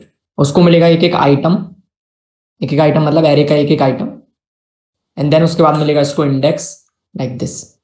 ठीक, एंड देन एरे के बाद कॉल बैक के बाद आप एक वैल्यू पास करोगे जो कि इनिशियल वैल्यू होगा। ठीक है, तो वो जो इनिशियल वैल्यू है इस फाइनल को मिल जाएगा। ठीक है, तो इनिशियल वैल्यू मान लेते हैं कि 0 है, और कंसोल डॉट लॉग करते हैं यहाँ पे फाइनल वैल्यू को। तो क्या हुआ, फाइनल वैल्यू में आया 0, जो कि हमारा इनिशियल वैल्यू था। अब हम यहां से जो भी चीजें रिटर्न करेंगे वो उस फाइनल वेरिएबल का नेक्स्ट वैल्यू बनेगा। फाइनल इज इक्वल्स टू, यहां से हम रिटर्न कर लेते हैं एक आइटम। ठीक, ये हमने यहां से जो आइटम को मिला उसी को हमने रिटर्न कर दिया। तो हमारा एरे क्या था, एरे हमारा 1 2 3 4 एंड 5। तो ये कैसे रन होगा, इनिशियल वैल्यू 0, फाइनल को वैल्यू मिलेगा 0, आइटम का वैल्यू क्या होगा 1, ये फंक्शन कॉल होगा, फंक्शन के अंदर से हमने रिटर्न किया आइटम, आइटम का वैल्यू क्या था 1, तो जो वैल्यू आप यहाँ से रिटर्न करोगे वो हमारा नेक्स्ट फाइनल वैल्यू बनेगा। तो 1 रिटर्न हुआ तो फाइनल वैल्यू क्या होगा 1, तो यह है 1। अब नेक्स्ट आइटम क्या था 2, और आइटम को रिटर्न किया तो नेक्स्ट आइटम ही हमारा फाइनल वैल्यू बनेगा विच इज 2। ठीक है, तो उसको, इसका जो मेन टर्मिनोलॉजी हम यूज करते हैं वो है एक्यूमुलेटर, एसीसी जनरली आप देखोगे। तो हमें क्या करना है कि जो प्रीवियस, जो हमको नया आइटम मिल रहा है और जो प्रीवियस वैल्यू, दोनों को सम करना है ना। तो एसीसी प्लस आइटम, नाउ जो हमको वैल्यू मिलेगा फाइनली सम, वो होगा इसका सम जिस 21 आया। Previous value 0, new value 1, 0 plus 1 1, return हो गया 1, न्यू वैल्यू मिल गया 1, next value 2, 2 plus 1 3, new value 3, 3 plus 3 6, next value ACC का वैल्यू हो गया 6, नेक्स्ट वैल्यू क्या होगा 10, 6 प्लस 10 16। ठीक है, एंड देन 16 प्लस जो भी नेक्स्ट वैल्यू वो आ जाएगा। ठीक है, थोड़ा कैलकुलेशन गड़बड़ हो गई मेरी यहाँ पे, लेकिन इस तरह से ही काम करेगा। ठीक है, उसको प्रिंट करके देखेंगे तो और अच्छे समझ में आएगा। लाइक दिस, एसीसी का वैल्यू 0, आइटम का वैल्यू 1, इंडेक्स 0, ये 1 बन गया, नेक्स्ट वैल्यू 1 प्लस 2 2 1 3 आया, नेक्स्ट फाइनल वैल्यू होगा 3, नेक्स्ट आइटम क्या था 3, 3 plus 3 6, 6 plus 4, like this, finally 21। ये है रिड्यूस।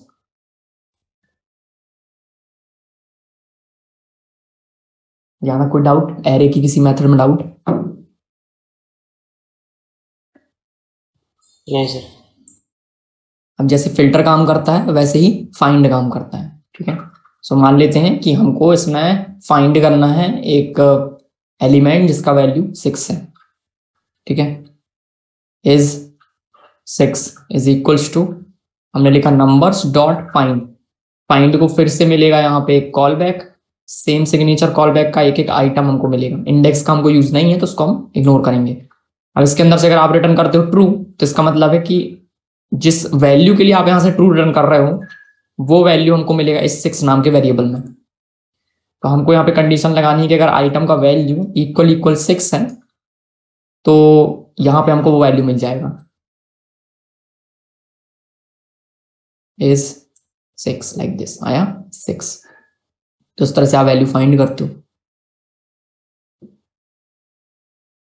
तो सर बोल रहा हूँ कि फिल्टर है तो सर फाइंड का सर मतलब ही क्या है सर? क्या हम फिल्टर से तो ये भी फाइंड कर सकता हूँ? फिल्टर और फाइंड में डिफरेंस है। क्या होगा कि ठीक है, आप, हमने क्या किया फिल्टर में, हमने सारे इवन नंबर को फाइंड किया तो हमको एक नया लिस्ट मिला, लेकिन फाइंड क्या करता है, एक सिंगल नंबर फाइंड करता है। अब आपका क्वेश्चन ये है कि आप फर्स्ट इवन नंबर फाइंड करो, फर्स्ट इवन नंबर। ठीक है, तो हमने लिखा फर्स्ट इवन और यहाँ पे हमने लिखा first even. First even number find करने के लिए क्या होगा condition, modulus 2 is equals to 0। First even number क्या है 2, लेकिन अगर मैं फिल्टर की हेल्प से फर्स्ट इवन नंबर फाइंड करूंगा तो मुझे पहले लिस्ट मिलेगा और लिस्ट का मुझे फर्स्ट वैल्यू रीड करना पड़ेगा। तो मान लीजिए हमारा लिस्ट है 100 साइज का और हमारा फर्स्ट इवन नंबर पहले ही नंबर पे है, तो आप फालतू आगे का लूप क्यों चलाओ, जैसे ही नंबर मिला ब्रेक कर दो लूप। तो लूप जब हम लगाते हैं तो सेम चीज कैसे करते हैं, यूजिंग ब्रेक। तो वही काम हम फंक्शनल प्रोग्रामिंग यूजिंग फंक्शंस कर रहे हैं। हमको यहाँ पे लूप वगैरह नहीं दिख रहा, पर इंटरनली लूप ही रन हो रहा है ना। सो इसको हम कहते हैं फिल्टर में तो पूरा एरे रिटर्न कर रहा होगा वो, हाँ। बट फाइंड में एक ही मतलब एक ही एलिमेंट रिटर्न करेगा। हाँ, फाइंड में एक ही एलिमेंट। अब एक और है यहाँ पे फाइंड इंडेक्स, सेम सिग्नेचर सब कुछ सेम, बस मेथड का नाम अलग है और इसका काम ये है कि आपको फर्स्ट इवन नंबर का इंडेक्स रिटर्न करेगा। सी, इसका इंडेक्स है 1, लेकिन अगर वो आपको वो वैल्यू ही चाहिए तो आप यूज करोगे फाइंड का, तो वैल्यू आ गई 2। ठीक है, तो इस तरह से दो वैल्यूज हैं इंडेक्स फाइंड करने के लिए, फाइंड इंडेक्स, फाइंड मतलब वैल्यू फाइंड। ओके,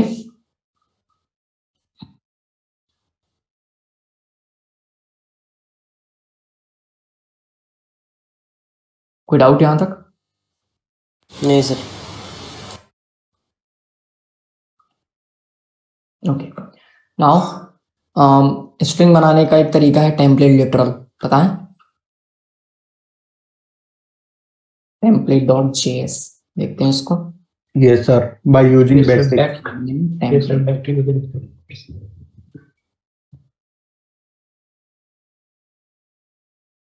फिर एक ये using चीज़ है। backtick, अगर हमने यहाँ पे लिखा paragraph, Yes sir, backtick. const paragraph is equal to backtick use करेंगे, आपकी जो 1 की होती है उसके जस्ट पहले होता है। तो हमने लिखा this is paragraph. Multi line string create करने के लिए आप टेम्पलेट लिटरल का यूज करते हैं, ये पहला यूज केस। ठीक है, मल्टी लाइन स्ट्रिंग क्रिएट हो गया। अगर आप single code double quote use करोगे तो आप लाइन ब्रेक नहीं दे सकते उसमें। ठीक है, तो ये टेम्पलेट लिटरल। अब इसके अंदर अगर कोई वैल्यू इंसर्ट करना है, डायनेमिक वैल्यू, तो वो आप इसके अंदर कर सकते हो। Const name is equals to, ये एक वैल्यू है वीरेंद्र, और आप इस टेम्पलेट के अंदर इसको इंसर्ट करना चाहते हो। एंड माय नेम इज, तो यहाँ पे आप लिखोगे dollar and then curly bracket open close and then उस वेरिएबल का नाम। उस पैराग्राफ के अंदर ये जो डायनेमिक वैल्यू है यहाँ पे आप इंसर्ट कर रहे हो, my name is Virendra, like this. तो काफी आसान हो जाता है जब आप स्ट्रिंग को कॉन्कैट कर रहे होते हो टेम्पलेट्स। ठीक है, एक और यूजर टेम्पलेट लिटरल का पता है किसी को? थोड़ा सा एडवांस है। एक फंक्शन बनाते हैं, हमने लिखा से फंक्शन, बस देख लीजिए, ज्यादा डीप में नहीं जाएंगे इसके। ठीक है, और यहाँ पे हमने एक ऐड किया आर्ग्यूमेंट, कंसोल डॉट लॉग, और आर्ग्यूमेंट्स को प्रिंट किया। इस से हेलो को कॉल कर लेते हैं लाइक दिस। क्या आया? वैल्यू आया वीरेंद्र। ठीक है, अब इसको रिमूव करते हैं और यहाँ पे टेम्पलेट लिटरल यूज करते हैं। लिखा हेलो दिस इज तरंग। तो यहाँ पे क्या आया? एक एरे मिला जिसके अंदर लिखा हुआ है hello this is brain divided by separated by slash N, क्योंकि यहाँ पे न्यू लाइन था ना। तो मैं इसको डायरेक्टली सिंगल कोट बैकटिक की हेल्प से फंक्शन को कॉल कर रहा हूँ, और इसके अंदर जो स्ट्रिंग पास कर रहा हूँ मैं, वो इसको आर्ग्यूमेंट में मिल रहा है एरे के फॉर्म में। तो सर वहाँ पर सर स्लैश सर क्यों है sir? Slash N new line, new line. Yes yes sir. Hello dot dot dot now C, इसमें आपने स्ट्रिंग लिटरल में जो अभी लास्ट आपने एग्जांपल बताया, इसमें आपने पर्टिकुलर जो हमारी स्टेटमेंट है उसको एक एरे में स्टोर करा दिया, राइट? कहाँ पर? जो आपने अभी डिफरेंट लाइन में बताया ना, नहीं, इसमें एक थोड़ा सा डिफरेंस है। एक मिनट एक और एग्जांपल देखते हैं। इसके अंदर मैंने कुछ डायनेमिक वैल्यूज भी इंसर्ट किए। ठीक, लाइक दिस। जब मैं से हेलो को with template literal dynamic values के साथ कॉल करता हूँ, तो क्या होगा? इसकी जो स्ट्रिंग वैल्यू है, स्ट्रिंग वैल्यू आपको इस एरे के अंदर फर्स्ट आर्ग्यूमेंट में एक एरे के फॉर्म में मिल जाएगा, और जो डायनेमिक वैल्यूज हैं वो सेपरेट मिल रही हैं हमको यहाँ पे ना। तो ये एक तरीका है, इसका यूज केस आप देखोगे रिएक्ट में इन फ्यूचर। ठीक है, बस पता होना चाहिए हम फंक्शन को भी कॉल कर सकते हैं यूजिंग टेम्पलेट लिटरल। तो ये थोड़ा सा एडवांस है ये 6 में, but for now you can ignore it. ठीक है, गूगल करना, बहुत कुछ मिलेगा। ठीक है, इस लेवल पे ज़्यादा जानकारी जरूरत नहीं है। ठीक है, ओके। क्लासेस तो कवर करना मुश्किल है अभी। इसके अलावा difference in type script and JavaScript पता है? सर रिएक्ट में जैसे कि प्रॉप्स हम भेजते हैं, ऐसे कुछ लाइक प्रॉप्स तो ऑब्जेक्ट हो जाता है, मतलब एरे की नहीं, वो अलग चीज है। ओके, अब क्या बताना है? JavaScript and TypeScript difference. TypeScript में, जावास्क्रिप्ट में बेसिकली क्या होता है कि टाइपस्क्रिप्ट का मतलब क्या है? टाइप्स ऐड कर रहे हो आप जावास्क्रिप्ट में। हाँ, और जब आप इसकी डेफिनेशन देखोगे तो वहां पे ये मिलेगा कि टाइपस्क्रिप्ट जावास्क्रिप्ट का सुपर सेट है। इसका मतलब ये है कि आप कोई भी जावास्क्रिप्ट का कोड टाइपस्क्रिप्ट में रन करोगे वो चलेगा। ठीक, टाइपस्क्रिप्ट में क्या एक्स्ट्रा है? टाइपस्क्रिप्ट में आपको ऑब्जेक्ट ओरिएंटेड प्रोग्रामिंग मिल जाती है, प्लस टाइप्स मिल जाते हैं। जो मेन है वो टाइप्स, टाइप्स क्या होते हैं? लाइक हम डिफाइन करना पड़ता है, कोई भी अगर वेरिएबल डिक्लेयर कर रहे हैं तो उसके आगे हमारा टाइप, जो भी टाइप होगा उसका वो डिफाइन करना पड़ता है पहले से। मैंने एक फाइल क्रिएट किया types.ts, ठीक है, तो उसमें अंदर मैंने एक वेरिएबल बनाया नंबर इज इक्वल्स टू, मैंने इसको नंबर असाइन किया, ठीक है। अब मैं टाइप स्क्रिप्ट यूज कर रहा हूँ अभी, तो जो भी आप जावास्क्रिप्ट का कोड जानते हो आप यहाँ पे लिख सकते हो, कोई भी जावास्क्रिप्ट का कोड यहाँ पे वैलिड है, ठीक। इसको हम करते हैं लेट, क्योंकि हम इसको रीअसाइन करेंगे अभी, लेट सही है। टाइप स्क्रिप्ट फाइल को रन करने के लिए मैं यहाँ पे यूज करूंगा npx nodemon types.ts, रन नहीं होगा, हो गया। ts नोड मेरे पास पहले से इंस्टॉल्ड है इसलिए मैं इसको रन कर पा रहा हूँ, ठीक है। ts नोड की हेल्प से आप टाइप स्क्रिप्ट फाइल को रन कर सकते हो, यूटिलिटी है। तो 90 आ गया, लेकिन अब इस पे अगर मैं माउस ओवर करता हूँ तो नंबर है, जावास्क्रिप्ट में भी होता है, लेकिन अगर मैं नंबर में एक वैल्यू असाइन करता हूँ लाइक दिस, तो यहाँ पे एरर आ गया। सी एरर क्या है कि आप स्ट्रिंग असाइन नहीं कर सकते एक नंबर वेरिएबल को, ठीक है। तो हो सकता है कि मैं गलती से एक नंबर वेरिएबल में, मान लेते हैं कि इसका नाम एज है, आप जस्ट इमेजिन कि आप एक एज में आप नेम स्टोर कर रहे हो, सही है गलत है? गलत है, नहीं होना चाहिए ऐसा, ठीक है। तो हम यहाँ पे टाइप स्क्रिप्ट में टाइप्स, यहाँ पे जब आपने नंबर असाइन किया तो टाइप स्क्रिप्ट ने इसका जो टाइप है वो डिफाइन कर दिया कि नंबर है। अब आप इस नंबर में कोई स्ट्रिंग असाइन नहीं कर सकते, तो इससे आपको क्या देखने मिला कि जो कंपाइलेशन टाइम पे आपको सारी एरर्स मिल जाएंगी, रन टाइम पे नहीं मिलेंगी। अगर ये एरर आपको कंपाइलेशन टाइम पे नहीं मिलती तो आप क्या कर रहे होते कि आप इस एज को, हो सकता है कि आप चेक कर रहे हो क्या ये 18 से कम है क्या, तो ये तो आपका कोड इस तरह से, मतलब बिहेवियर वो नहीं होता जो आप चाह रहे थे, क्योंकि आपको लग रहा था कि एज में एक नंबर है, लेकिन यहाँ पे गलती से आपने एक नाम असाइन कर दिया जो कि स्ट्रिंग है। तो रन टाइम पे आपको पता चलता है कि ये गलत हो गया, बट टाइप स्क्रिप्ट के साथ आपको कंपाइलेशन टाइम पे पता चल गया कि आप यहाँ पे गलती कर रहे हैं। तो अगर आपको ये करना ही है तो हम क्या करें, तो आप इसको बना दो एनी टाइप का, मतलब मैं जानबूझ के ये करना चाहता हूँ, तो मैंने लिखा कि इसका जो टाइप है वो कुछ भी हो सकता है, एनी, ठीक है। तो एनी का मतलब ये है कि अब ये जो एज है वो एनी टाइप का, मतलब इसमें स्ट्रिंग, ऑब्जेक्ट, एरे कुछ भी असाइन कर सकता हूँ, ठीक है। अभी कंपाइलेशन पे एरर नहीं आ रही, VS कोड में आ रहा है, तो दैट इज फाइन, ठीक है। ओके, ये कुछ और एरर है, कॉन्स्ट एज कोई और वेरिएबल को पॉइंट कर रहा है, एज 2,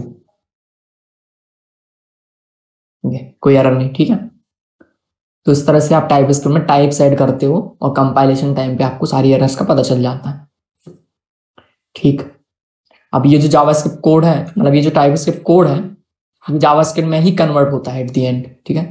तो देखते हैं इसको, ts2js सर्च करेंगे, ऑनलाइन कंपाइलर, पेस्ट किया, कन्वर्ट किया, ये आ गया, कन्वर्ट हो गई, कोई डिफरेंस नहीं, जो टाइप्स थे वो रिमूव हो गए,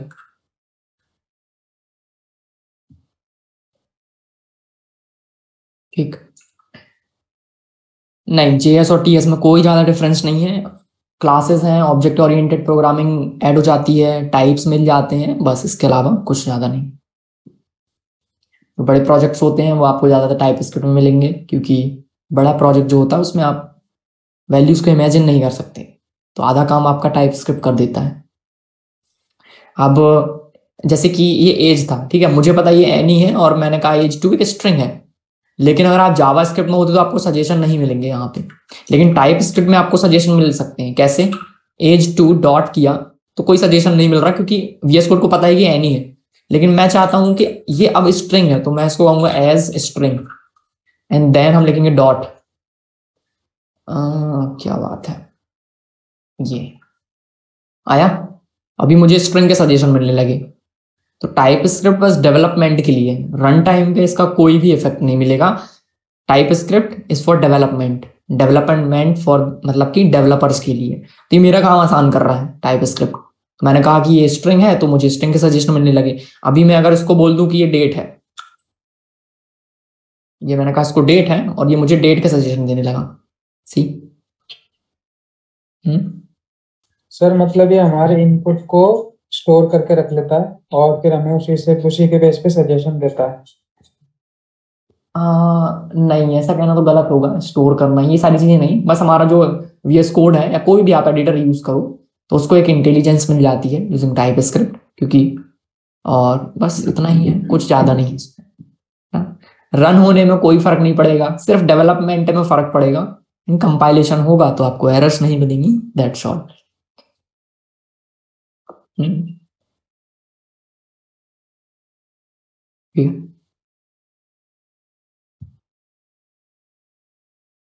ओके, इंडेक्स डॉट जेएस कोई फंक्शन, जहां फंक्शन बनाया था हमने, template literal time out,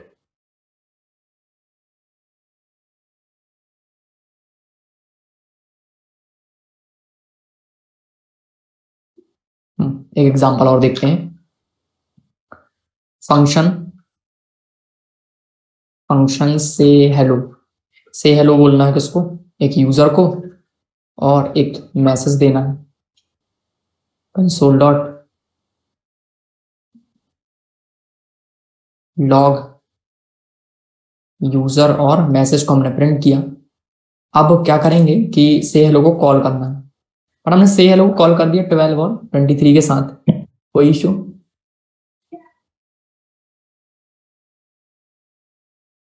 JavaScript में क्या इशू होगा, यूजर को आपने 12 असाइन कर दिया, लेकिन मैं टाइप स्क्रिप्ट में ये चीज कॉन्फ़िगर कर सकता हूँ कि जो यूजर है वो स्ट्रिंग, नंबर नहीं, ये स्ट्रिंग होना चाहिए।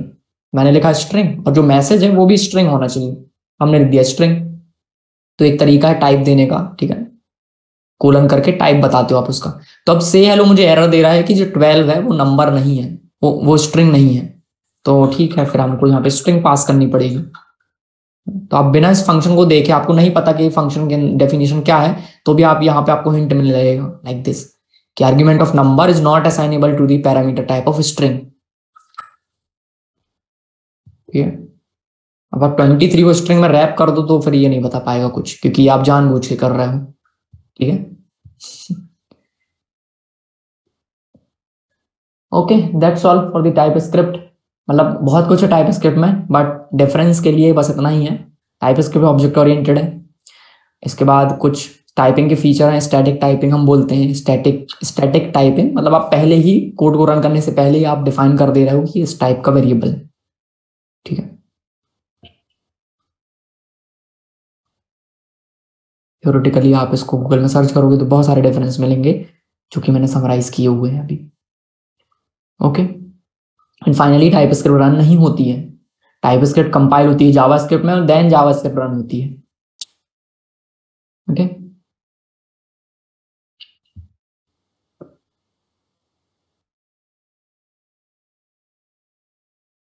Anything else?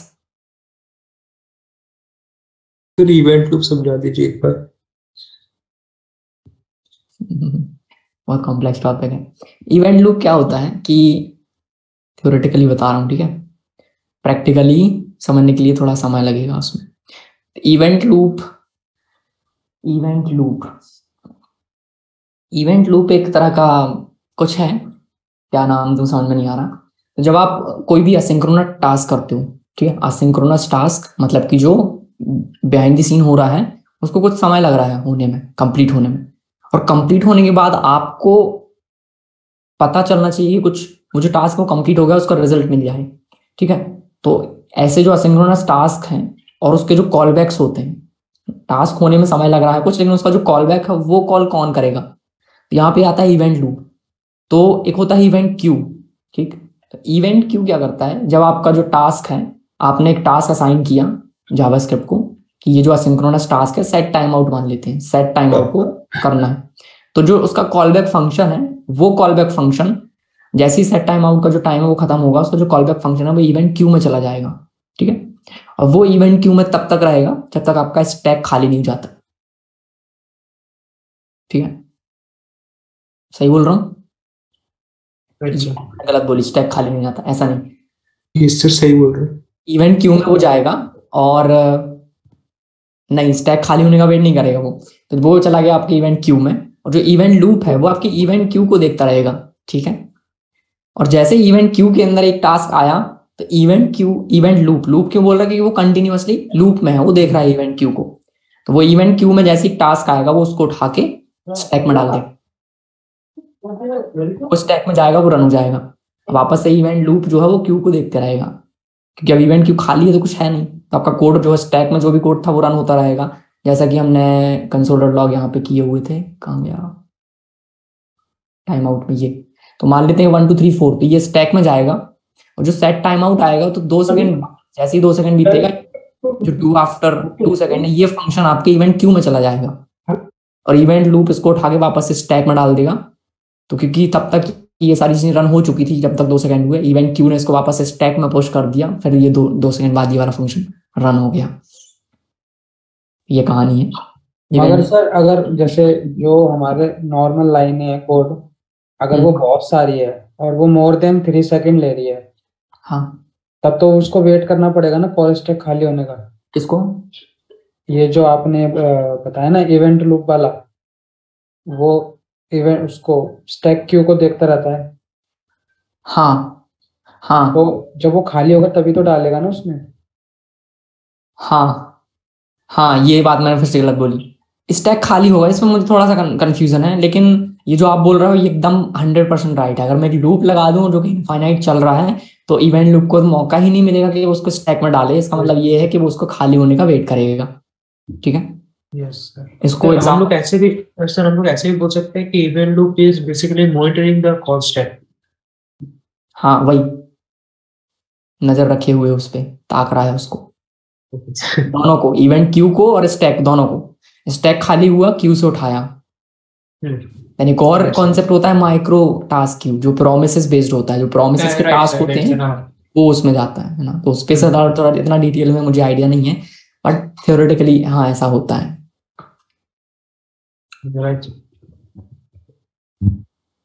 कॉल बाइंड और इसको देख लें एक बार, कॉल अप्लाई एंड बाइंड। अच्छा, कॉल ब्लाइंड और कॉल अप्लाइज, ये बहुत आसान है।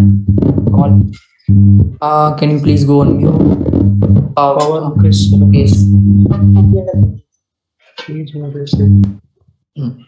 Okay. Call function start js px node non function start js। ठीक है, तो एक फंक्शन बनाते हैं, फंक्शन से हेलो, एंड देन इससे हेलो के अंदर लिखते हैं console.log this dot name।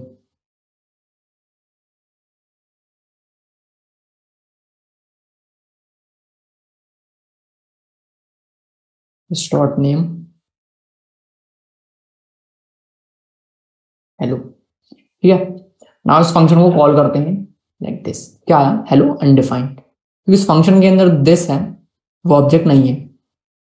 Print करके देखें इसको, जो दिस ऑब्जेक्ट है वो किसको पॉइंट कर रहा है? ग्लोबल ऑब्जेक्ट को। एंड ये जो दिस ऑब्जेक्ट है ये ग्लोबल ऑब्जेक्ट को पॉइंट कर रहा है बाय डिफॉल्ट इस केस में। तो उस दिस के अंदर नेम नहीं है। तो जो तीनों मेथड्स हैं ये क्या करते हैं, ये दिस को बाइंड करते हैं इस फंक्शन के साथ। तो आप इस दिस ऑब्जेक्ट को, जो कि अभी ग्लोबल ऑब्जेक्ट है, आप इसको चेंज कर सकते हो। ठीक है, कैसे चेंज कर सकते हैं वो देखते हैं। तो पहला एक मेथड है से हेलो, ये जो कॉल बाइंड एंड एक और मेथड है कौन सा, अप्लाई। ये तीनों जो है फंक्शन की मेथड्स हैं, मतलब फंक्शन एक ऑब्जेक्ट है। आप ये जो से हेलो है ये एक ऑब्जेक्ट है फंक्शन टाइप का। ठीक है, उस फंक्शन के अंदर कुछ प्रॉपर्टीज होती हैं, तो उसके अंदर कुछ मेथड्स भी होती हैं। तो वैसे इस फंक्शन के अंदर एक मेथड है कॉल अप्लाई एंड बाइंड। तो पहले देखते हैं बाइंड। तो हम यहाँ पे ये बोल रहे हैं कि ये जो से हेलो है इसको बाइंड कर दो एक ऑब्जेक्ट के साथ। वो ऑब्जेक्ट कौन सा है? ये मैंने इसको एक ऑब्जेक्ट पास कर दिया, इस ऑब्जेक्ट के अंदर है name is equal to Virendra. ठीक है, मान लेते हैं कि ये एक स्टूडेंट ऑब्जेक्ट है जो मैंने इसको असाइन किया। तो ये बाइंड मेथड क्या करेगा, इस फंक्शन को इस ऑब्जेक्ट के साथ बाइंड करेगा। इसका मतलब ये है कि ये जो ऑब्जेक्ट है ये इस दिस का वैल्यू होगा, लेकिन ये जो फंक्शन है ये खुद चेंज नहीं होगा, ये हमको नया फंक्शन रिटर्न करेगा। तो उसको होल्ड करना पड़ेगा, बाइंडेड से हेलो। ठीक, बाइंडेड से हेलो। अब क्या करेंगे, जब भी हम इस बाइंडेड से हेलो को कॉल करेंगे तो उसके अंदर हमको दिस का रेफरेंस मिलेगा, जो कि एक ऑब्जेक्ट होगा जो हमने बाइंड किया था। ठीक है, अच्छा, क्या यूज है इसका?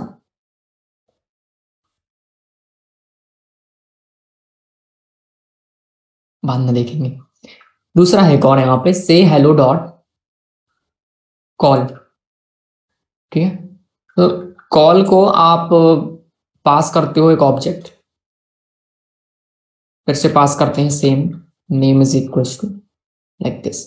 तो यहाँ पे क्या आया, से हेलो डॉट कॉल किया, तो ये जो से हेलो है ये खुद कॉल हो जाएगा, और जो दिस का वैल्यू हो वो ये ऑब्जेक्ट होगा।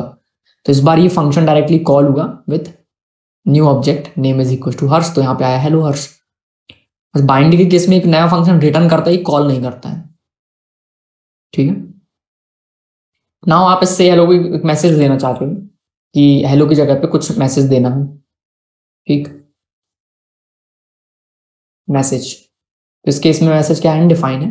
तो बाइंडेड वाले जो मैसेज है हेलो को, उसको मैसेज देना पड़ेगा हेलो 1, एंड देन जो कॉल आप कॉल कर रहे हो उसको भी कॉमा करके आप आर्ग्यूमेंट्स पास कर सकते हो।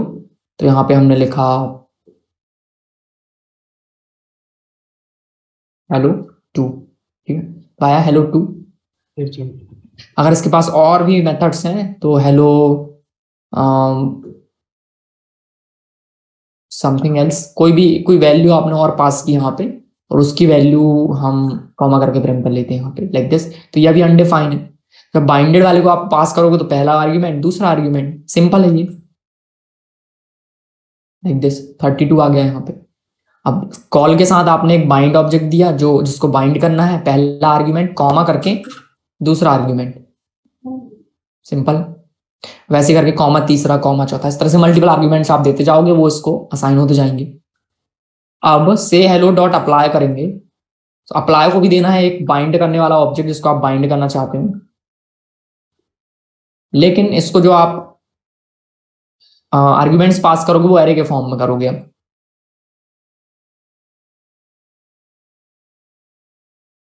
89 लाइक दिस। तो बस इन दोनों में ये डिफरेंस है। ठीक,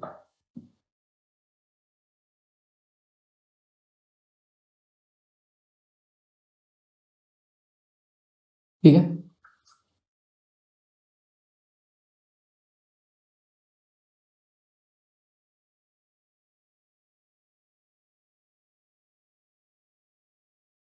am I audible? Yes sir.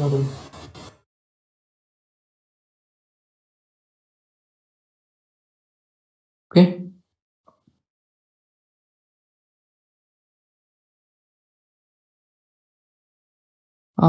क्या चाहिए, definition of event loop.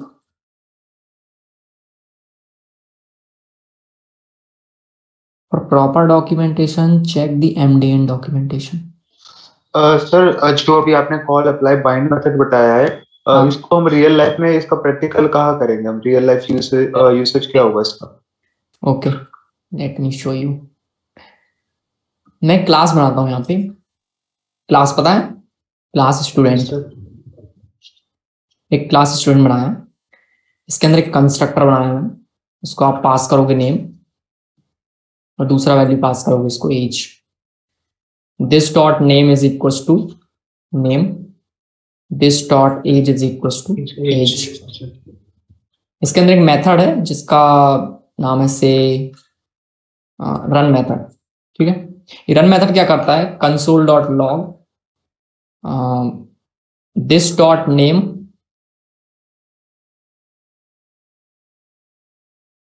this dot name is running,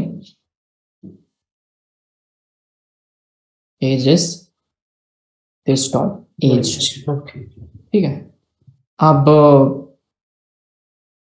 एक फंक्शन बनाते हैं, फंक्शन, ठीक है, रन।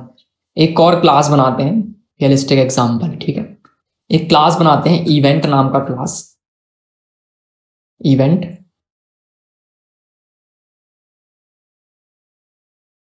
स्पोर्ट्स हो रहा है हमारे स्कूल में, स्पोर्ट्स नाम का एक क्लास है, और इसके अंदर एक मेथड है, एक कंस्ट्रक्टर है पहले तो, और इसके अंदर एक मेथड है पार्टिसिपेट नाम का, participate. And then console dot log, participate करना है एक स्टूडेंट को, ये हमारा स्टूडेंट है जिसको आप पास करोगे, जिसका पार्टिसिपेशन करना है, तो वो प्रिंट करेगा यहाँ पे कि स्टूडेंट डॉट नेम,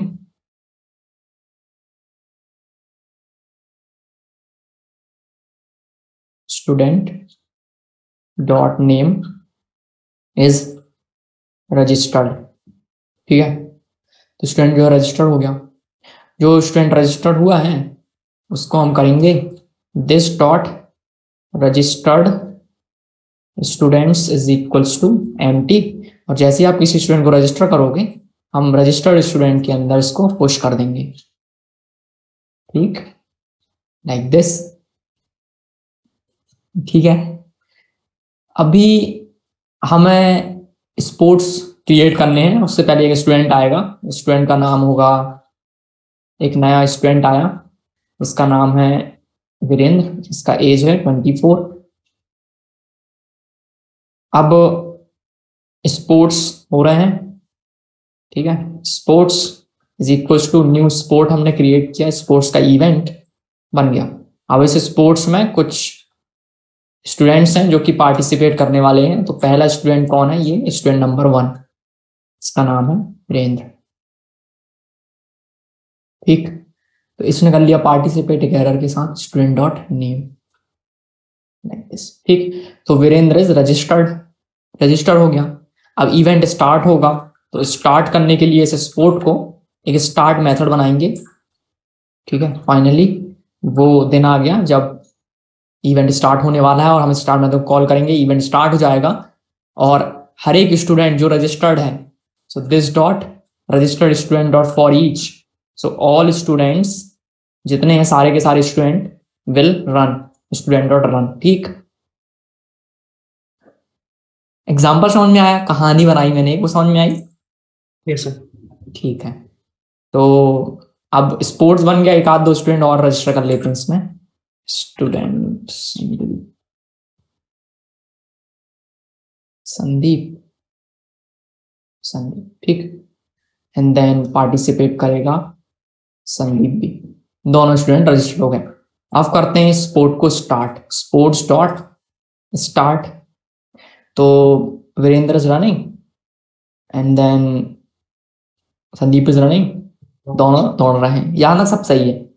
अब दिक्कत कहाँ पे होती है, मान लेते हैं कि जो पार्टिसिपेट मेथड है, अब पार्टिसिपेट मेथड को कैसे पता कि दौड़ना है, समझ रहे हो क्या बोल रहा हूँ?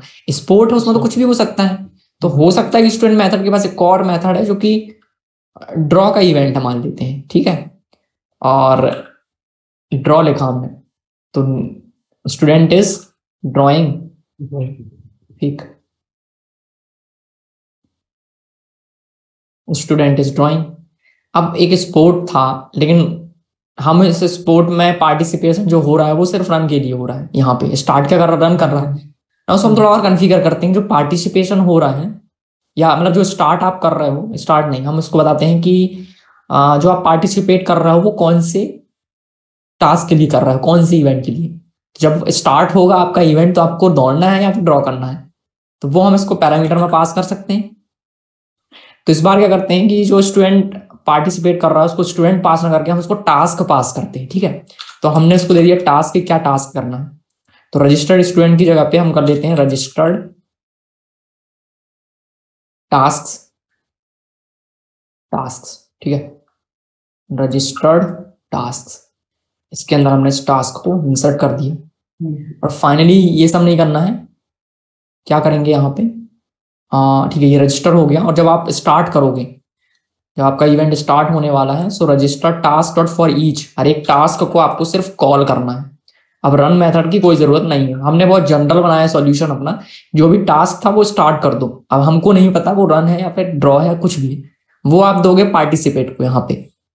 तो मान लेते हैं अब क्या होगा, पार्टिसिपेट में हम कर रहे हैं रन के लिए, तो हमने लिखा वीरेंद्र डॉट रन। ठीक, एक मेथड है, हम इसको पास कर रहे हैं, हम इसको कॉल नहीं कर रहे हैं, एंड इसको भी हमने दे दिया रन। ठीक, और स्पोर्ट को किया हमने start, student is not defined.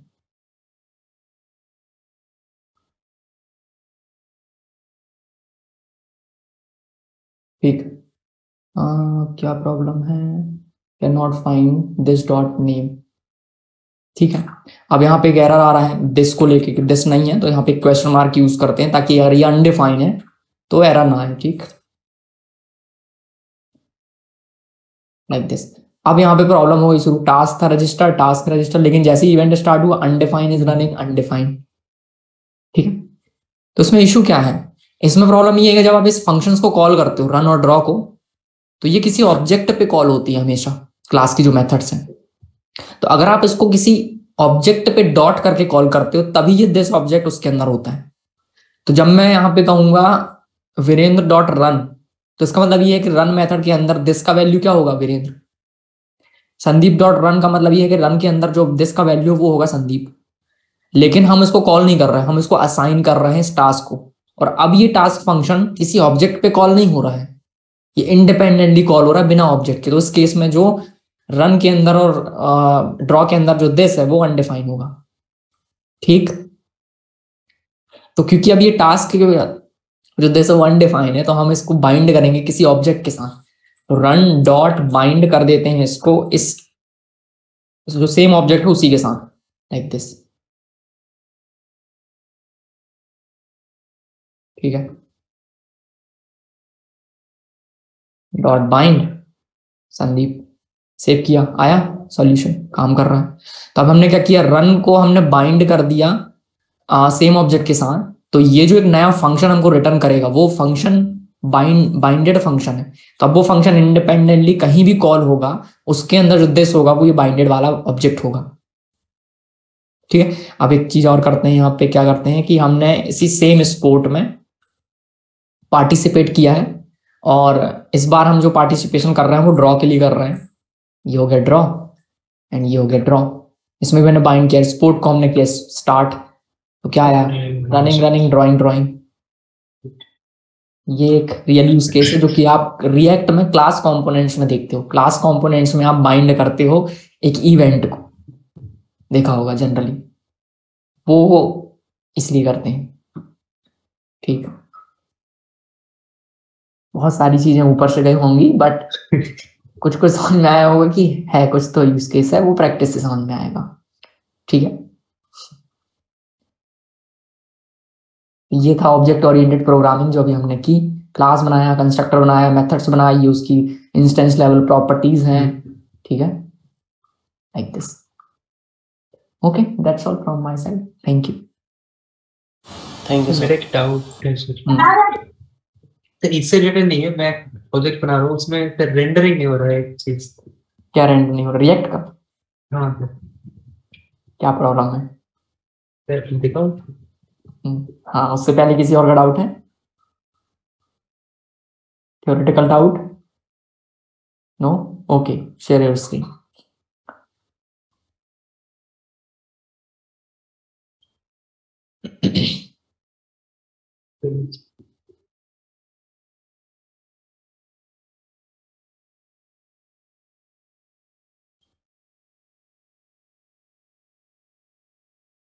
Okay, who do not have any question can drop off.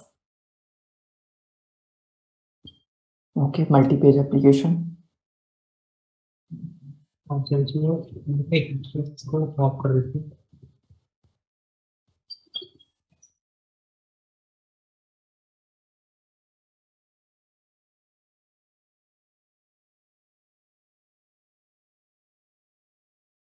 Sir अभी क्या है कि लॉगिन मेरा ये है कि पहले साइन अप होगा तो लॉगिन होगा, उसके बाद एक पेज आएगा जहाँ पे हम लोग कुछ भी कीवर्ड से कुछ भी हम लोग सर्च कर सकते हैं, कोई भी चीजें मान लीजिए हो गया, सब कुछ सर्च कर सकते हैं। पर मान लीजिए कैट हो गया तो कैट का सारे वहाँ पे पिक्चर आएंगे ऐसे करके।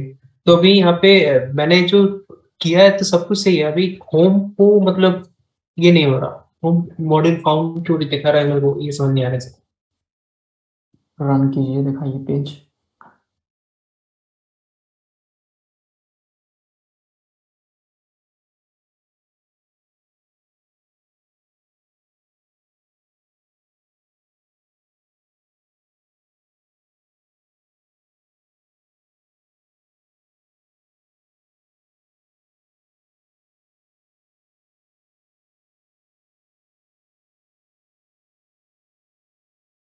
ये आ रहा है। ये क्या है, एरर आ रहा है? हाँ सर ऐसे। क्या एरर है? Can not resolve component slash home in the app src, open it, open app.js,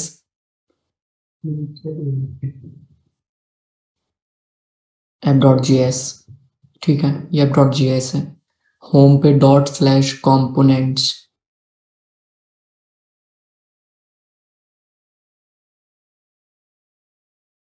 ठीक है, स्लैश होम app.js पे डॉट स्लैश कंपोनेंट्स, बाकी सारे कंपोनेंट्स मिल रहे हैं। हाँ सर बाकी तो सब कुछ सही है, मतलब एरर तो नहीं आ रहा है। तो बस मैंने एक काम किया था पहले, मतलब पहले एक लॉगिन पेज बनाया मैंने, एक अलग प्रोजेक्ट और एक अलग ये बनाया था, क्योंकि मुझे एक साथ तो अभी तो होम के अंदर फाइल कहाँ है? होम के तो एक फोल्डर है ना, हाँ सर ये तो फाइल है फोल्डर, ना होम के अंदर से। होम एक फोल्डर है, वहां से आप होम को, हाँ तो आप उस फाइल का नाम लिखोगे जिस कंपोनेंट को इंपोर्ट करना है। अगर आप होम लिखते हो इसका मतलब ये है कि होम के अंदर एक index.jsx होना चाहिए और उस index.js के अंदर से आपने एक फंक्शन को एक्सपोर्ट किया है। कौन सा कंपोनेंट दिखाना चाहते हो होम पेज पे? सर होम पेज पे मतलब सर हाँ सर आपको देखा नहीं। कंपोनेंट कहाँ बनाया है वो वाला होम पेज वाला?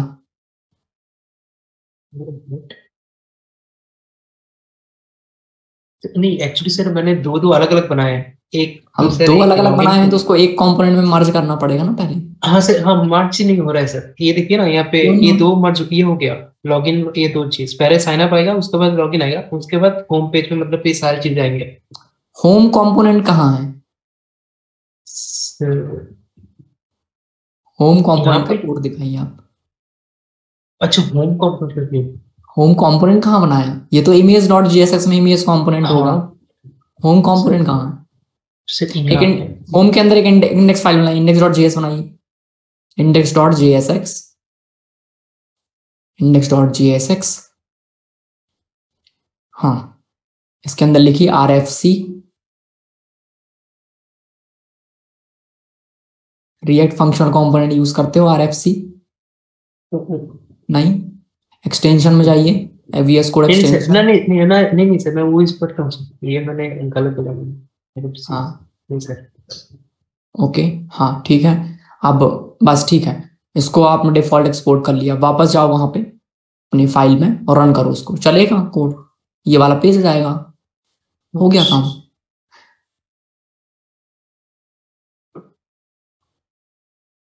कंसोल ओपन करो, बस।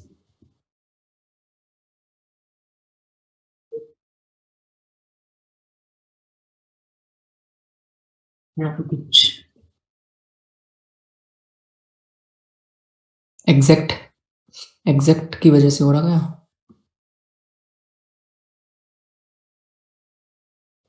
ऐप डॉट ओपन करना है, app.js, राउटिंग में कुछ दिक्कत है, स्क्रॉल डाउन, हाँ, यूजर एंड यूजर, तो यूजर नहीं होगा इसलिए नहीं आ रहा home page. Direct home page पे जाओगे तो यूजर नहीं है, क्योंकि यूजर की कंडीशन लगी, आप यूजर कंडीशन रिमूव करके देखो आएगा ये पेज। ये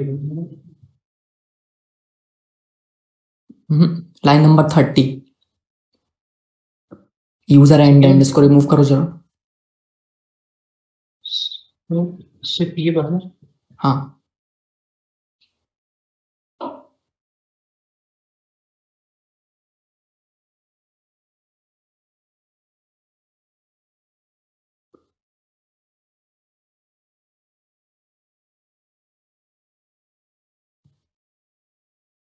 नहीं आया, next page,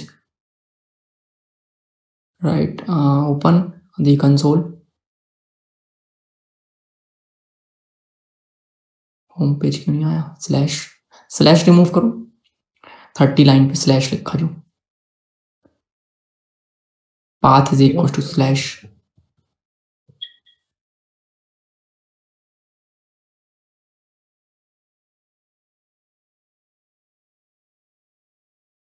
go back, code, okay sir मतलब इसको मुझे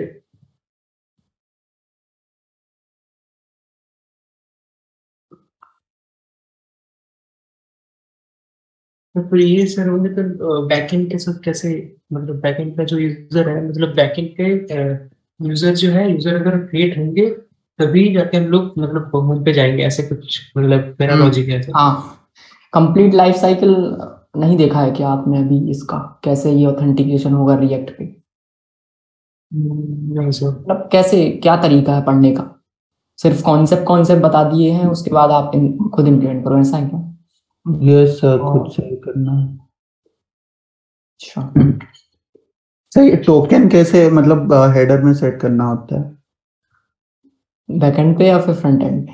फ्रंट एंड में से। देखो क्या होता है कि जब आप लॉगिन करते हो तो लॉगिन आपने साइन अप किया, साइन अप करने के बाद आपको मिलेगा एक सक्सेसफुल मैसेज, ठीक है, साइन अप हो गया।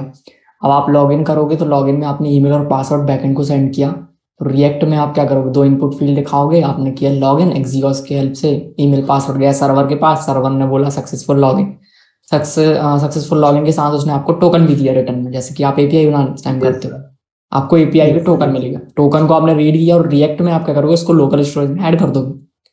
अब लोकल स्टोरेज में ऐड हो गया, कुकीज में ऐड करने के लिए हम डायरेक्टली कुकीज डॉट वो टोकन रख देंगे, तो वो भी कुकीज में भी ऐड कर सकते हो, हेडर्स में भी ऐड कर सकते हो।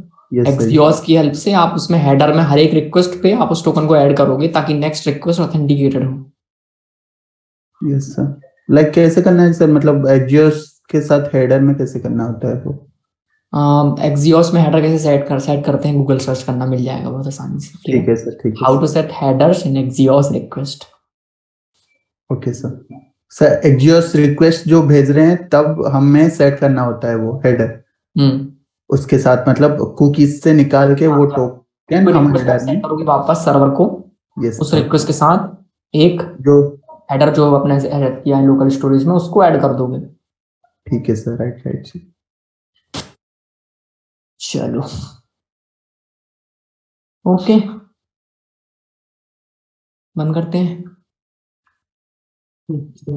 Okay fine sir, thank you, bye. Thank you sir.